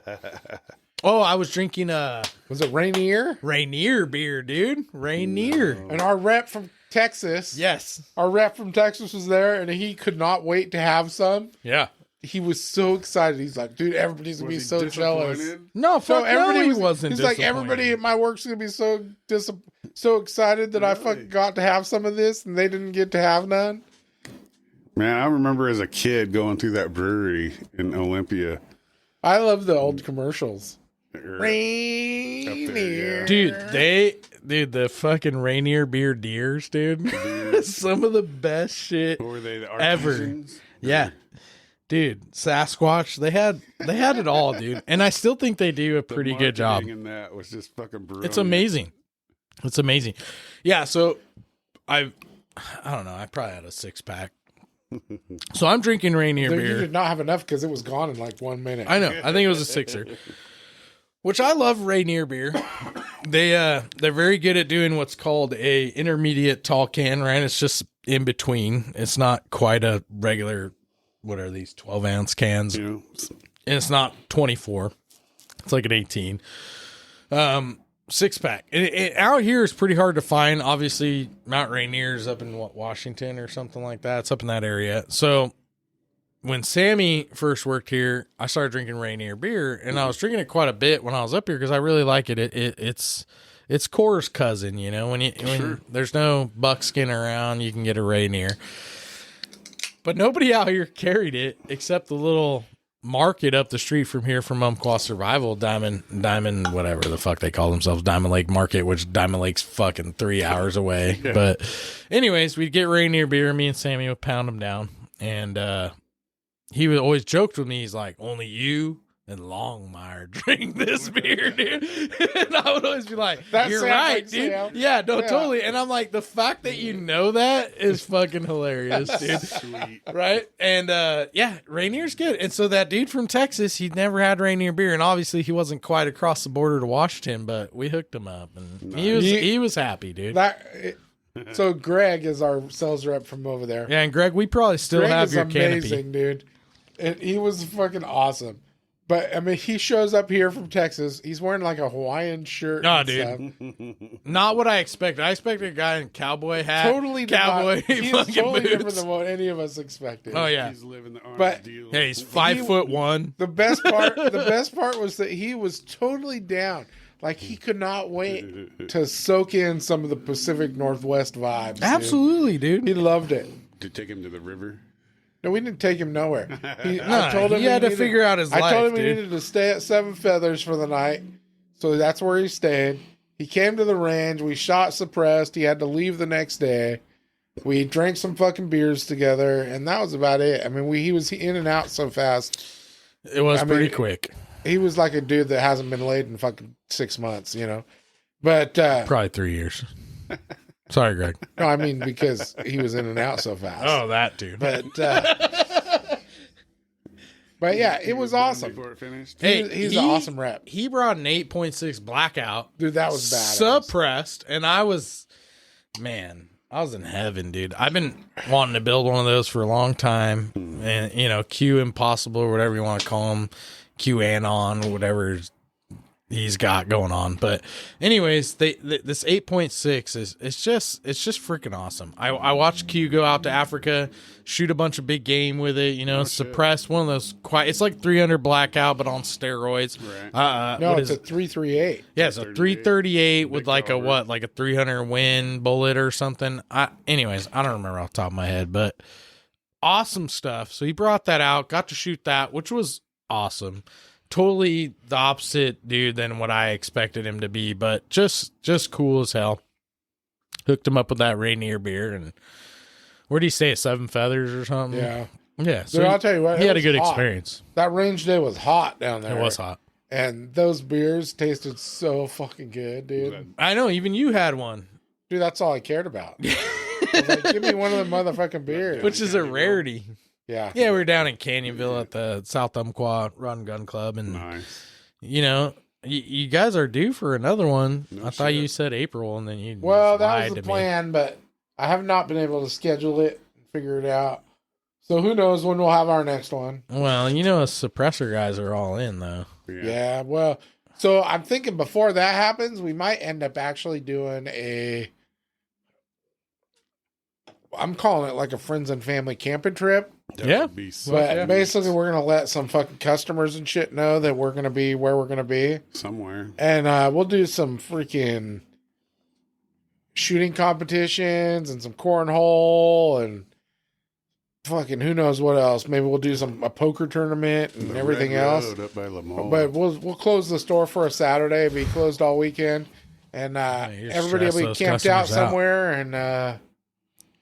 it'll be fun. We'll have a bonfire. People can...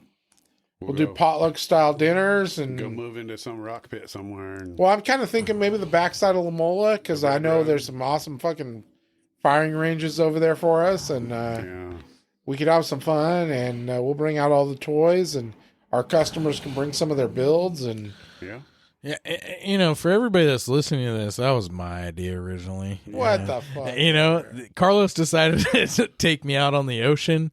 Like a virgin to the storm, dude. And I don't know if y'all have seen A Perfect Storm, the movie, but you were there for the Big Poppy weekend, dude. So first off, I'm just gonna say that I drank a lot, which that's common for us. Normal. And then I decided to order. Well, okay, let me tell the real story. So Skyler tried to hang. Yeah, no, I tried to hang. Bullshit. I was hanging, and then he was one that really hung. One of our guys, who I respect a lot, because he's a FUD, what we call a FUD. He's just an old fucker. He was the biggest pussy there, right? So I end up walking him out, getting back, make sure he gets back to the hotel. Which I still have this video that one day we'll post of him just chucking guts into a freaking grate, dude, like a rain grate. He had a totally sensible conversation with one of the customers from that restaurant too. Dude, greatest thing, and I'm pretty sure Umpqua Survival's never allowed back to that restaurant in Coos Bay. I won't say what restaurant, but yeah, they're never letting us back. So anyways, my buddy coworker, he's chucking guts, right? And he's the most respectful guy throwing up, right? And I have this video where he's like, yeah, no, totally, dude. There's these people getting into their car, like looking at us like, you guys are assholes, right? And Rob's, I said your name. He's puking in the grate, dude. And he's like, rah, bah. And then he looks up and he's like, you guys have a wonderful evening, right? And then he's like, I'm so sorry. Yeah, I'm so sorry. Right? So I get him back to the hotel and I text Carlos like, hey, I ordered a steak. Like, just bring it to me. It'll be all good, right? And then, our boss, I won't throw his name out there because he's a respectful feller. He's driving a minivan and everybody's riding back in the minivan, dude. And my food's on the floor. And one of the other employees decides that he has to throw up. And instead of opening the giant van door and Ralphing out the door, no, he Ralphs on my food. So I'm like, well, that's fucking stupid, right? Like, now I don't got nothing to eat. So then Carlos immediately is like, well, you just drink more whiskey. You'll be fine. Right? Fucker. So me and him start drinking whiskey. And then I was like, let's go to the strip club. Yeah. And then some weird shit happened. And then anyways, we get back and he's like, you need a cigar. And I'm like, dude, terrible. I can't hang with you, fucker, but all right, let's do it. So anyways, we have this cigar and we have some whiskey. And then finally it's like 4 a.m. We got to be at the boat at like 6. So I'm like, all right, I'm going to go to bed. And I like lay there, dude. And this guy that threw up on my food is literally sleeping in the bathtub, still Ralphing, dude. His best friend, who I won't name names, Johnny, he fucking is there too. And he can contest to this story if Sam, who throws up too much on my food, ever disagrees with it. But anyways, we finally get there. And then like literally 2 hours later, if that, dude, here comes Carlos. Like, are you guys fucking awake, you pussies? Let's go fishing. Right? And I'm like, all right. So I grab like this Rockstar, dude, which to this day cannot drink or smell that fucking flavor, dude. I don't remember what it was like. Paradise Rockstar, dude, or Monster or whatever. I think it's Paradise. I cannot smell that shit or look at the fucking can without wanting to Ralph, dude. Right? I get on this boat. I'm fucking super confident. And I know without video, it's really hard to understand, but the captain of the boat is smoking a cigarette and literally leaning, dude, like touching the back of his head and then touching his forehead. And he's telling us the whole time, like, man, if you guys were out here yesterday, it was flat. It was like glass, you know? And it's like the first, oh no, totally. And it's like the first storm of the season, right? And we're out there and dude, the boat, I can see the bottom and the top of the boat like every 3 seconds, dude. Right? So I go out, I'm like, I'm going to fight this off. I'll be fine. Right, dude? Get fishing. Get one cod reeled up, dude, or whatever the fuck I don't even know. It was just a fish, right? Reel that fucker to the thing and then just hand the guy my shit like, yeah, you're in charge, right? Go inside. I walk in. Our old boss is literally posted up in the corner, you know, Marine Strong. He's probably hammered. He looks at me and goes, where's the whiskey? So we give him a shot and he just goes to sleep. And I'm over there, dude, getting fucking rattled to the point where like I'm like flying up 3-4 feet in the air and shit is just rolling out underneath me, dude. And everybody's like, you all right? And then the captain, dude, he's just smoking and rocking back and forth with the boat. And he's like, man, y'all should have been out here yesterday. Right, dude? We get back. We finally, dude, Carlos and our old boss, one of the old bosses, they're like professionals, dude. They're out there catching fish. Like, I wouldn't have had. We limited it out for everybody. Oh, yeah. We wouldn't, dude, we didn't have had a fish if it wasn't Everybody for you guys. Was throwing I caught up one, the entire time. Dude, and the worst part is Sam, since you've been blown up on this podcast the whole time, I'm blowing you up.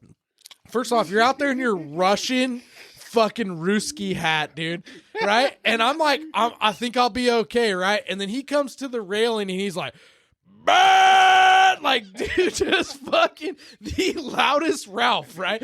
And I'm like, fuck. Now I'm fucked, dude. Now I hear it. Yeah, and dude, I'm just spilling guts.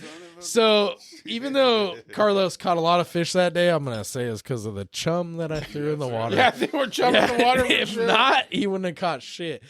But yeah, no, dude, it was crazy, right? And then we finally get back to shore, dude, and I think I'm good. Like, I'm balanced, right? I get in Carlos's truck because he's driving us home. But I'm like, all right, we're gonna go get some pizza. Yeah. He's like, hey, you ever been to Denny's? And I'm like, Denny's the breakfast place? He's like, nah, Denny's pieces and Coquille. And I was like, that sounds terrible. And he's like, we'll be fine. So I immediately, like, am sitting in the truck just freezing, dude, chattering gums. Like, my teeth are hitting each other, straight breaking, right? Like, the dentist is like, what happened to your teeth? You're like, it was a cold day on the water, you know? But anyways, I fucking get out of the truck, throw up some more, dude. And then I'm just shivering the whole time. Like, I'm pretty sure it was below 0 temp out there on the water, right? It's a frozen day in Coos Bay, Charleston, wherever the fuck we were at. Anyways, Carlos drives us back to the pizza place, and I'm super stoked to get some food, but I literally couldn't hold my pizza. It was like shaking in my fucking all hand. All of you guys just drank coffee. Yeah. And you're like, I'm not eating anything. Fuck you. So to come back to the original story, I was like, hey, the next time we do a company thing, can it be on dry land or what? Yeah. So anyways, it was my idea 100% to do this camping trip. Shooting, camping, barbecuing. I'll tell you what, that was the best employee fucking event Oh ever. my God, dude. We've never done nothing since like that. Like nothing even on that level, dude. And I will never forget that. Like, what am I, 38 years old, dude? Almost in that 40-year-old dying age, right? And I will never forget that trip. I've been on trips with other companies and I can't remember. But that trip, nothing like that, huh? Dude. I'll tell you what, my liver was fucking strong that night. Dude. Because I drank so much. Dude, you guys were, so we were pounding, all right. So we were pounding alcohol on the way out because I drove out Sammy and I drove out maybe Johnny. I don't remember who came in my truck, but anyways, I drove them out. We're pounding road sodies, totally legal, of course. We get out to Bridge, we all take a piss, and then we get out to the coast, and you and the old owner, me and him had finished a bottle of fucking Basil Hayden's. Yeah, that exactly. And then you guys want to take us to dinner. Yeah. And you guys are like, we're confident. We'll be fine. And at dinner, so they bought some weird shots first. Dude, it was fucking Fireball. Oh, Fireball. That's And I already knew shit was going to go sour, right? So they're like, yeah. Again, I won't name the owners' names because, those are great guys. But anyways, they're buying us Fireballs. Sure. Then they're like, don't you want a Modelo or something fucking ridiculous, right? And so I'm like, sure. And then it was a Corona. Whiskey. Yeah. And then, dude, but anyways, Carlos and the old boss were awesome. I drank. Good times. I probably drank a bottle and a half worth of whiskey. Oh, yeah. That night. And I don't know how I hung. Dude. Wow. And I mean, you stayed up late. I mean, you smoked that cigar till like 4 a.m, which was crazy in its own right. And I didn't have a hangover in the morning. Yeah. It was never went to bed. Dude, no. It was fucking wild, man. And those fucking strippers thought I was a fucking Hugh Hefner, dude. Big puppy. Well, I had enough money for everybody to fucking get treated really well. But none of them hardly made it. So I just treated myself. I think that was probably them Jaeger bombs or some shit. I don't know. It was death, dude. But anyway, so dry land.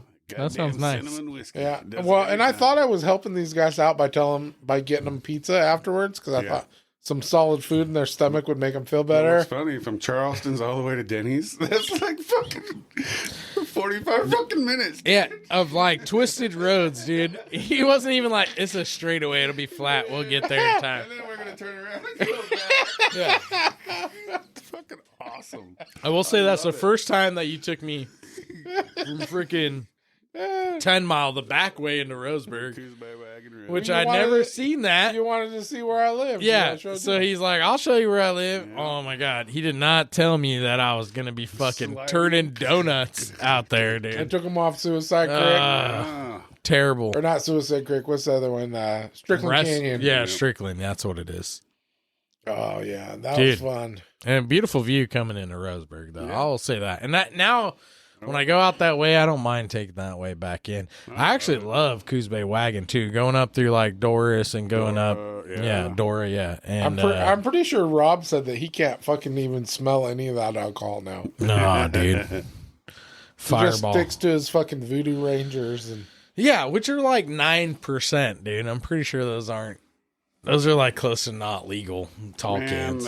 Oh, man. That was a fun trip, though. We could find somewhere up there, a big area to camp. Well, and that's the whole idea. I want to just do a camping trip. That'd be beautiful. If people aren't feeling good, they can go hang out in their fucking tent or whatever the fuck they're camping in and relax and do their thing. That's coming from a guy who's going to be in an RV while the rest of us are just sweating in the cold weather. I'm not fucking sleeping in fucking squalor. Whatever, dude. That's glamping, bro.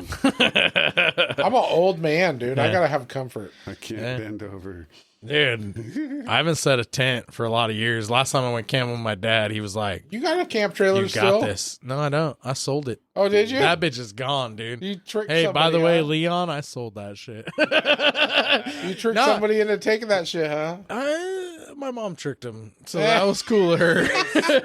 She did you I still haven't told my dad. Dad, if you ever hear this podcast, sorry about that. But no, seriously, I picture your dad not knowing what a podcast is. Nah, my dad doesn't know what a podcast is, dude. He'd be like, "What were you doing? That sounds stupid." Yeah.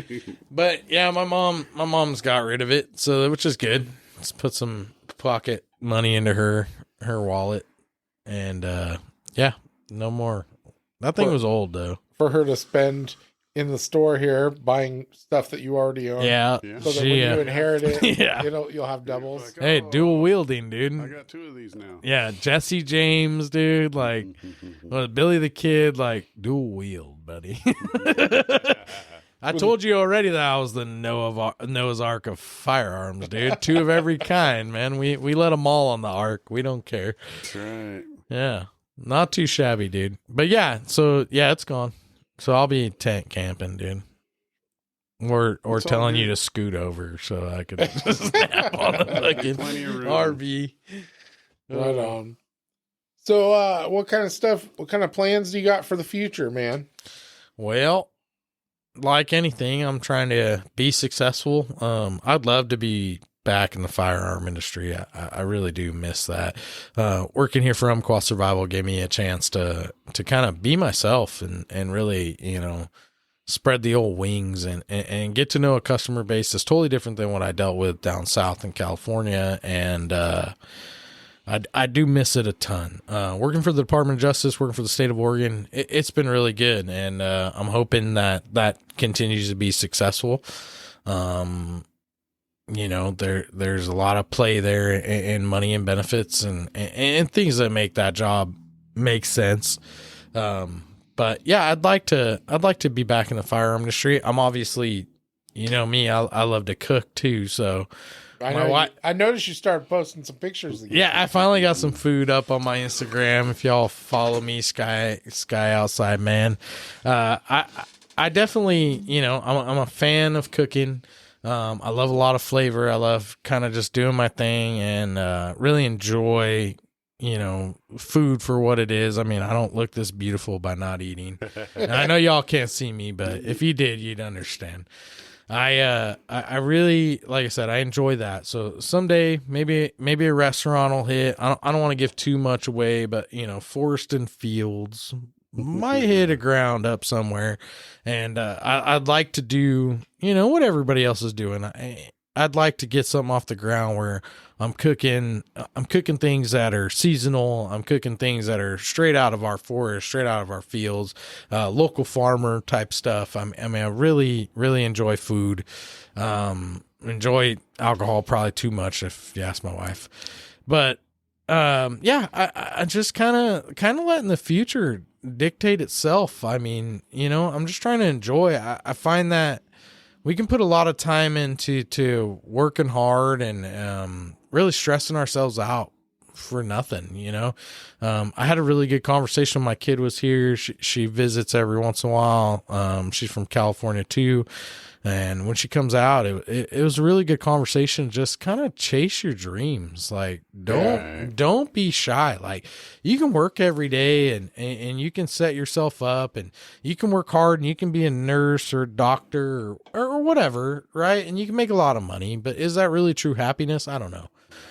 So what I'm looking for is just happiness. I'm at an age where being 38 years old, almost 40, which 40 just scares the piss out of me. I can't even believe I reached 40. 21, I was real confident. When I turned 40. Yeah, that's what I'm saying, right? Like it comes on fast, and then next thing you know, you're retiring or whatever, right? And I get we live life when we retire. For a lot of people, you hear the snowbirds or whatever, right? Like we get to a point where we're 65 and we're finally going to live our life. Like I don't want to get there without living life. Yeah. So, no regret. The age old bullshit. No regrets. No regrets at all. I did it. Wife and I got passports. Like, so I added this food and drink section to the newsletter. You did, and I was quite impressed. So you need to send me some of your recipes and pictures. And I'll throw some of your shit on there, dude. That'd be all right. I think that's pretty cool. Recipes are kind of a thing, I kind of do what I want. Y'all want measurements. You're asking the wrong guy. But if you just want a good meal, you write them out however you want. I'll post them that way. Yeah, no, and that's cool. Like I said, food. If it says eyeball some garlic, yeah, eyeball some garlic. As long as it's not jarlic, we'll be all right. whatever you're doing, and I'm just kind of I don't want to say I'm living by the seat of my pants because that's not right. I definitely plan some things out and I have a maturity to things, but I think the future is just kind of one of those things. I kind of want to let it happen. And that's where I'm at. Yeah, we got to work hard to the best of our ability, right? And you get to an age, I'm sure, when you kind of, I don't want to say give up, but you're kind of over the bullshit, the same bullshit. Yeah.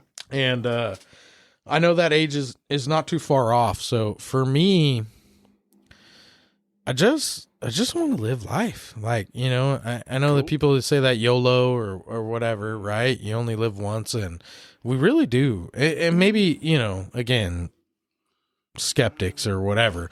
We may come back and become a butterfly or a unicorn or whatever the fuck we're going to come back as. You never know. But I'm going to make the best of my ability. And, you know, I research a lot of stuff that says you're going to come back and you're going to do the same thing over again and over again and over again. Yeah. And that could be true. And so if you can better that, if you can take opportunities, take chances, not be afraid, you know, you're going to, everything takes work. I think we were talking about that earlier, just doing podcasts or being on Instagram or being an influencer. Like everything takes a fucking chance. Yeah.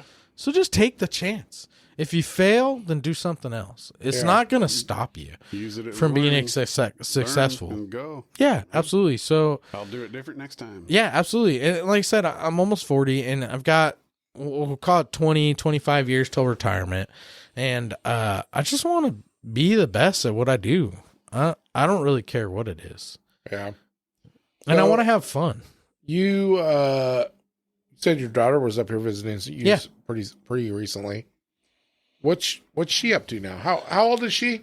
She is 16. Ooh, is she driving yet? No. Well, sort of. So the first time she about 15, she drove my truck around. Did pretty good. We went out to the fairgrounds. She hit the parking lot. I'm glad no one else was parked. We'll have to take her up to the mountains and let her drive us around. Dude, absolutely. Absolutely. That's how you learn, right? You get on that loose gravel. If she misses a corner, we'll all die. And it'll be fine. Yeah. As long as y'all pressure on them. Y'all listen to this podcast after, right? Just a remembrance. No, she's 16 going on 45, you know, and so she's an old soul. She's an interesting cat. She's definitely a girly girl. She's not like what I expect. I expect a kid to go out there and hunt with me and stuff like that. And she's definitely a girly girl, but she's got a good head on her shoulders. I mean, to the point where we were discussing lottery, right? Because we've had like this $1 billion lottery shit going on, right? So I'm like, hey, what are you gonna do with your money? She's like, oh, I'll just get a settle apartment in Huntington Beach, you know, like on the water. Yeah. And I'll drive a Volkswagen Bug, you know, like a 68, 69. I'm like, hey, that's cool, right? I'm like, so you gonna so your daughter's a hippie? Yeah, dude, something like that. Whatever. And nowadays hippie for sure. So I go, cool. That sounds all great. Like, what are you gonna do for dad? And she's like, I didn't do nothing for you. Yeah. I'm like, what do you mean? I'm like, you need to buy me a house or something, you know? Like, you make it big singing in your career, you get $1 billion on the lottery, you know, you got to take care of dad. I've took care of you my whole life. And she goes, yeah, that sounds like a personal problem. And I'm like, wow, all right. So the conversation kind of redirects to me and like what I would do. And I'm like, well, I'd get a hot rod, you know, I'd get a big lifted truck, something stupid, you know, and you take off roading. And she's like, well, would you get me my apartment? And I'm like, nope. You gotta earn that shit. You're both like, fuck you. Yeah, exactly. And I remember as a kid growing up. Oh, totally, dude. I remember as a kid growing up, I told my dad, like, I'll live with you forever. You know, I'll buy you a house, I'll pay your debt off, you know? Yeah, now it it's just happen that way now. Now kids are just like, fuck you and your couch. Maybe I'll get you Dutch Bros, you know? So yeah, she's an interesting cat. That's awesome. She's an absolute love, and it was amazing just spending time cuddling up on the couch. She's got a great sense of humor, which I'm pretty sure she doesn't get from me, but maybe. Definitely not from her mom. Well, you're not very funny. I'm not, dude. I'm not. And so she rattles off some pretty quick shit, and she does some good stuff. Yeah, it kind of reminds me of was that what kids say, the darndest things or whatever, back like Steve Harvey back in the day. She's an awesome kid. So I'm very proud of her. She's doing really good in school. She has a dream. She wants to be successful. She wants to make and earn money. As a parent. Doing what? She's talking about like nursing or something like that, you know, doing the old 2-year climb to the 4-year college. And she wants to help people though. Yeah, I think so. And then I told her, like, you're kind of conceited. Like, I don't know about helping people, but she's got this dream, and I think it's really good. She's a hell of a singer, which I wish she'd push for that career. She's a hell of an artist. So she's got these unique talents that are just super impressive. And as a parent, I know we're all biased, like our kids are the greatest, but like legit, she does really good. And it's cool when your kid amazes you. And man, you're like, wow. All the time, though. Like all the time. She's singing constantly. And she's been doing this since she was like 2. I have videos of her like riding in the car and singing Lady Gaga just word for word when she was like 2 years old. And you're like, holy crap, and singing, what's that other Adele, and all these hard artists that really, it's a struggle to sing their lyrics. They're very talented, and it's just kind of cool to see her become who she's becoming. It is. I think being a parent, that's kind of the blessing of it. It's something that no one's, no one ever tells you to expect this, and then not at all. And you're like, wow. Well, especially as big a shithead as I was as a kid, Yeah, and then you're like, holy shit. Yeah, I look at what my dad told me when I was younger, and I go, wow, that was real shit he was telling me, I guarantee my parents were never as proud of me as I am of my kids. No, and that could be true. I never did nothing that was as cool as them. I will tell you that my wife beats me up for this, but when it comes to my dad, I love him very much and respect him very much. Again, he'll probably never listen to this, but I still don't know if he's proud of me. And that's like real talk, right? Like that's like saying, I'm not sure, but I've tried my hardest to make him proud. And I think there's things that make him proud, but I was never the all-star football player like he was. I was never the baseball star like he was. I never went in the military. That totally goes back to the generational I think so, right? Absolutely. It's because no matter what, that wasn't their fucking shit. They never told you that. You know.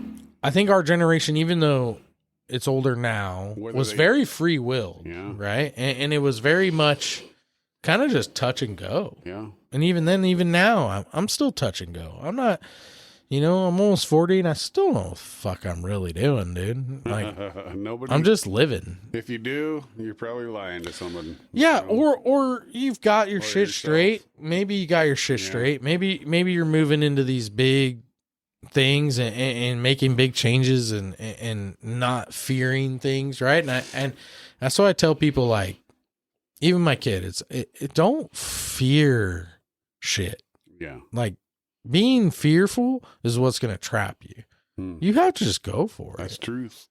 Right? You got to just be yourself. And whatever that is, whatever retrospect, if it doesn't make $1, then it doesn't make $1. Like, whatever. But still be true to yourself. There will always be time to make $1. Any one of us can go out there and get a job. And any one of us can work hard and push ourselves to be better than what we are. And like I said, I'm still chasing that dream. I don't really know what I'm doing. Maybe I'll open a restaurant someday and finally do what I want to do. I don't know. I think the future is kind of just what it is. In today's day and age, you're up against so much. Well, I think kids nowadays, or not even kids, just younger people, I think they have a lot more opportunity to chase their dreams than we did when we were kids. Oh, definitely. Yeah, I mean, for us, we're 40, 50 years old, just trying to get to where we someday dreamed of being. Yeah. Whereas kids, younger people nowadays, they're in their 20s, and we're trying to help them get there already. Mm-hmm. And I don't think a lot of people in our age got that. We didn't get that. You got you need to work hard, and then someday you can do what you want to do. You got the straight moral support, and that was like I said, I remember when I was a kid. I remember when I was a kid, I was told, you just work. Yeah. It doesn't matter. You don't like your job. You're not supposed to like your job. You just go to work. That's what you work. You support your family. You do your thing. Someday, you might get the opportunity to do what you want to do. Like happy? What the fuck is happy? Get out there and work. But nowadays, these younger people nowadays, there's way more opportunities for them to do what they really want to do. It's just making them understand that they have to put the work in to do it. Yeah. It's not going to just happen. No. Yeah. The opportunity's there, but you got to fucking put the work in. Nobody's going to hand you shit. No, and unfortunately, a lot of people think they will hand you shit, and right? And they will just immediately be. It's weird where that comes from. It's like, is that what they're teaching in school? Is that what I think they're teaching that in life. I don't think like school, just whole society. School's a whole thing on its own. That's like its own subject, right? What we're teaching kids today is wild. It's not real history. It's not real science. It's not real anything. And I mean, kids don't even do cursive anymore. I remember we had to do cursive, multiplication tables and shit. Well, I think, and there's a lot of stuff nowadays that. I mean, you just look around. I mean, when we were in school, there was like a handful of people that had a nice car in high school. Yeah. And everybody else had pieces of shit that cost $500 and that was it. By the fucking high school now. I mean, you go by the high school now and everybody's got a nice car. And that's, that relates to it. I mean, it's, the opportunities are way more early in life than they were when we were our age. Yeah, but their parents are successful. Yeah, that's the other thing too. Is the way I always looked at it is do better than what you had growing up. No, yeah, absolutely. But I guarantee there's just as many fuck ups as there was when we were kids. Fuck yeah. Yeah. But how come their kids are not starting off at that same level? Yeah. I don't know where it correlates, but somewhere in there, something's different. Yeah. And I don't know what it is, but overall, when you look at the whole, when you look at all those kids together, they're starting off in a higher spot than we did. Yeah. Yeah. Less struggle. That's for sure. Yeah. And I mean, that's a good thing. And hopefully they make something out of that. Yeah, I think they should. I mean, we're at that point in life where kids should, I hate to say be forced into it, but we were forced into it. No, it's succeed or fail. Yeah. Swim. Back at it. So anyways, kids though. Bringing kids. Nowadays. I think they have a better opportunity anyways overall. I think they have a better opportunity for sure. Yeah. They can dream big. When your teachers are like, well, you can be anything you want. You're like, nah, I'm going to be a sales guy. What's crazy to me is that nowadays they actually have the opportunity to fucking make a living doing fucking this, streaming or podcasting or even just playing video games. I mean, that was beyond a pipe dream when we were a kid. Oh yeah, absolutely. Shit. I mean, gaming, right? You said gaming. Video games. Who would have thought you could be like a professional gamer? That's insane. Or that you could go to school. Yeah. And learn how to game. Dude, you want to talk about professional sports? Cornhole, dude. Throwing a beanbag into a fucking hole on a wood board. Like, there's like a World Series. Fucking horseshoe for cornhole for fucking pussies. Dude. Blade Axe House, right? Going to the world champions, bro. Like, that's a local Blade Axe House, local axe throwing place here in Roseburg. And dude, yeah, they're legit, dude. I'm like, holy shit, that's a sport. Like, what the hell was I doing all this time? I always thought just baseball, football, basketball. That's all you got. Maybe soccer if you're crazy, but yeah, dude, that was never an option. No, dude. I didn't know I could be a cornhole champion, dude. I mean, sorry, ladies, but I always thought I was a cornhole champion. But like an actual cornhole champion, dude. Like you could throw beanbags and be in the World Series, dude. You ever seen that movie Basketball or whatever, dude? Right? Like, that's what I think today is, dude. Today is basketball. Yes. You could do whatever fuck you want, and you could be successful. So, like, yeah, it's crazy. Dude, I mean, that's cool. I still am old school. I'm still an old dude, so I'm still old school. So I kind of think you're not falling for it. You need to fucking go for a real job. You need to be trying to find a trade or something. Well, because the rest of that shit is still a slim chance. Totally follow your dreams and everything, but in the meantime, you got fucking bills to pay, man. Yeah. But the cool thing is there's people out there that legitimately have like a trade or Yeah. a career. Yep. You know, there's people that, Yeah. you know, contractors and carpenters, Plumbers, and all of electricians and plumbers. Yep.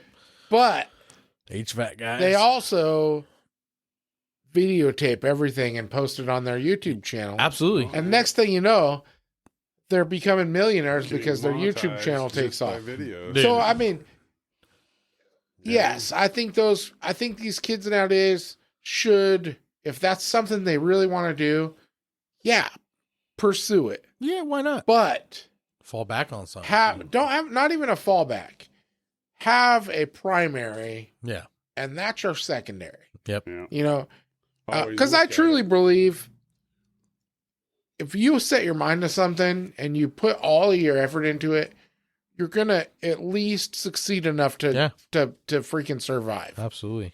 So you shouldn't fall back. You should fall forward. You know? Yeah. Always. Definitely keep going and whatever. But you know, there's nothing wrong with having a secondary thing going on the side. You know, your side hustle or whatever you want to call it. And hopefully that takes off and makes you a millionaire. Yeah. Absolutely. But if it doesn't, at least you're going to freaking be able to provide for your family and buy a house and do your own thing or do whatever. Because, you know, I'm just old school. That's just how I think. You know, No, you shouldn't have that. And I think that's the right way. I mean, not to get too far off track before Carlos cuts us off, but my wife's got me into gardening pretty heavy, and I'm just a garden guy now. And you know, I used to be against the 150 plants or so that we have inside the house, but when I move outside, yeah. I can grow what I want, man, and I want to be self-sustainable, right? That's the right way to look at it. Why am I paying the grocery store for groceries that don't last? Sure. You know? So it's been a big deal, and there's this guy, Kevin Espito or Espirito, whatever. Anyways, Epic Gardening online, great place to go to. He's out of Southern California, so he doesn't match all the weathers that we match, but man, it's weird, dude. I'm like sucked into that shit, right? And he does YouTube videos, and I can listen on Spotify, YouTube, whatever. But he does podcasts too. Great stuff, and it's crazy to think about this dude who went into COVID working like a full-time, 8 to 5 type job or whatever. And now he makes fucking garden videos, dude. Like, and I'm like, what? Like, you get paid for this shit? Like, oh, dude, he owns like a seed company. I mean, you should see his setup. His setup is ridiculous. Epic Gardening, like I say, absolutely ridiculous, man. And it's just pretty crazy. Like, I don't feel like I'm too old to do something cool like that. Like, coming together and doing this podcast. Like, I don't think I'm beyond it, but at the same time, it's like, the dude works fucking hard. I'll tell you that. He's Monday through Wednesday, like on podcast and doing his videos on YouTube. And, he really pushes that dream, but it's pretty amazing to see a dude like getting paid to garden, bro. Like, I never thought that day and age would come. Right. Yeah. And I'm one of them suckers, right? Like, I'm a follower, right? Like, he's the leader, I'm the follower. It's crazy today what you can accomplish, and media pushes and drives this stuff, and just the people drive this stuff. I mean, I listen to a lot of podcasts. I listen to the Two Bears, I listen to Theo Vaughn. I listen to, Joe Rogan, and then you got all these like Dax Shepard. He's got his own stuff, which is pretty interesting. It's just pretty cool to see people sit around and being at work and listening to stuff. It's like hanging out with your buddies, just like I'm doing today. And I think it's cool. I think it's something different. And I'm glad. There's a piece of me that's like, what? But there's also a piece of me that's glad that this generation has the opportunity to do this kind of stuff. Of course. Well, I mean, all that stuff is the reason why I started doing this. Yeah. I was like, that'd be fun. Why not? And then I was on the radio for a little bit, and I had fun doing it on the radio. So I was like, dude. It'd be even better if I did my own thing where I didn't have to fucking edit what I say. Yeah. Absolutely. Fuck it. Exactly. As simple as that is. So yeah, no, it's awesome and it's cool, and I love the fact that younger people nowadays have more opportunities than we ever had. Oh yeah. But I think they need to remember that they need to freaking put the work in. It's not just going to happen just because that's what they thought they wanted to do. No, it ain't easy. Believe a dream, right? And I think that part of it is important, anyways. You know, if you don't put the work into whatever you accomplish, you don't have the appreciation for it, and you're not going to, you know, protect it or be able to sustain it. So that's an important part for sure. Anyhow, we've been talking for a long time, so I probably should cut this off. Yeah. But shut us down, Carlos. Skyler, I really appreciate you being on, dude. Absolutely. And maybe next time we'll have you, and maybe we'll have your wife on with you, or maybe your daughter. Or, excellent. That'd be cool. As long as nobody's yelling at me, we'll be good to go. I can't. Yeah, you can't promise I can't predict that your wife's not going to yell at you. Yeah, talking shit and yelling. That you know, classic. If you start talking shit to your wife, I can't guarantee she's not going to yell at you, dude. Goddamn. and I know your wife is the boss. She is 100% the boss. You know, when she gets done for fucking absolutely admitting to that. Yeah, if you aren't a pussy, you ain't getting pussy. Let me just put it that way. Dude, I will tell you right now, my wife knows that I'm the fucking boss. Yeah, Carlos is the alpha male. So if you don't respect what all us pussy guys are doing, just take after Carlos, right? learn from the master. All right. Well, I'm gonna with that, I'll say we're good, and you guys have a nice night, and thank you again for being on the show. Yeah, absolutely.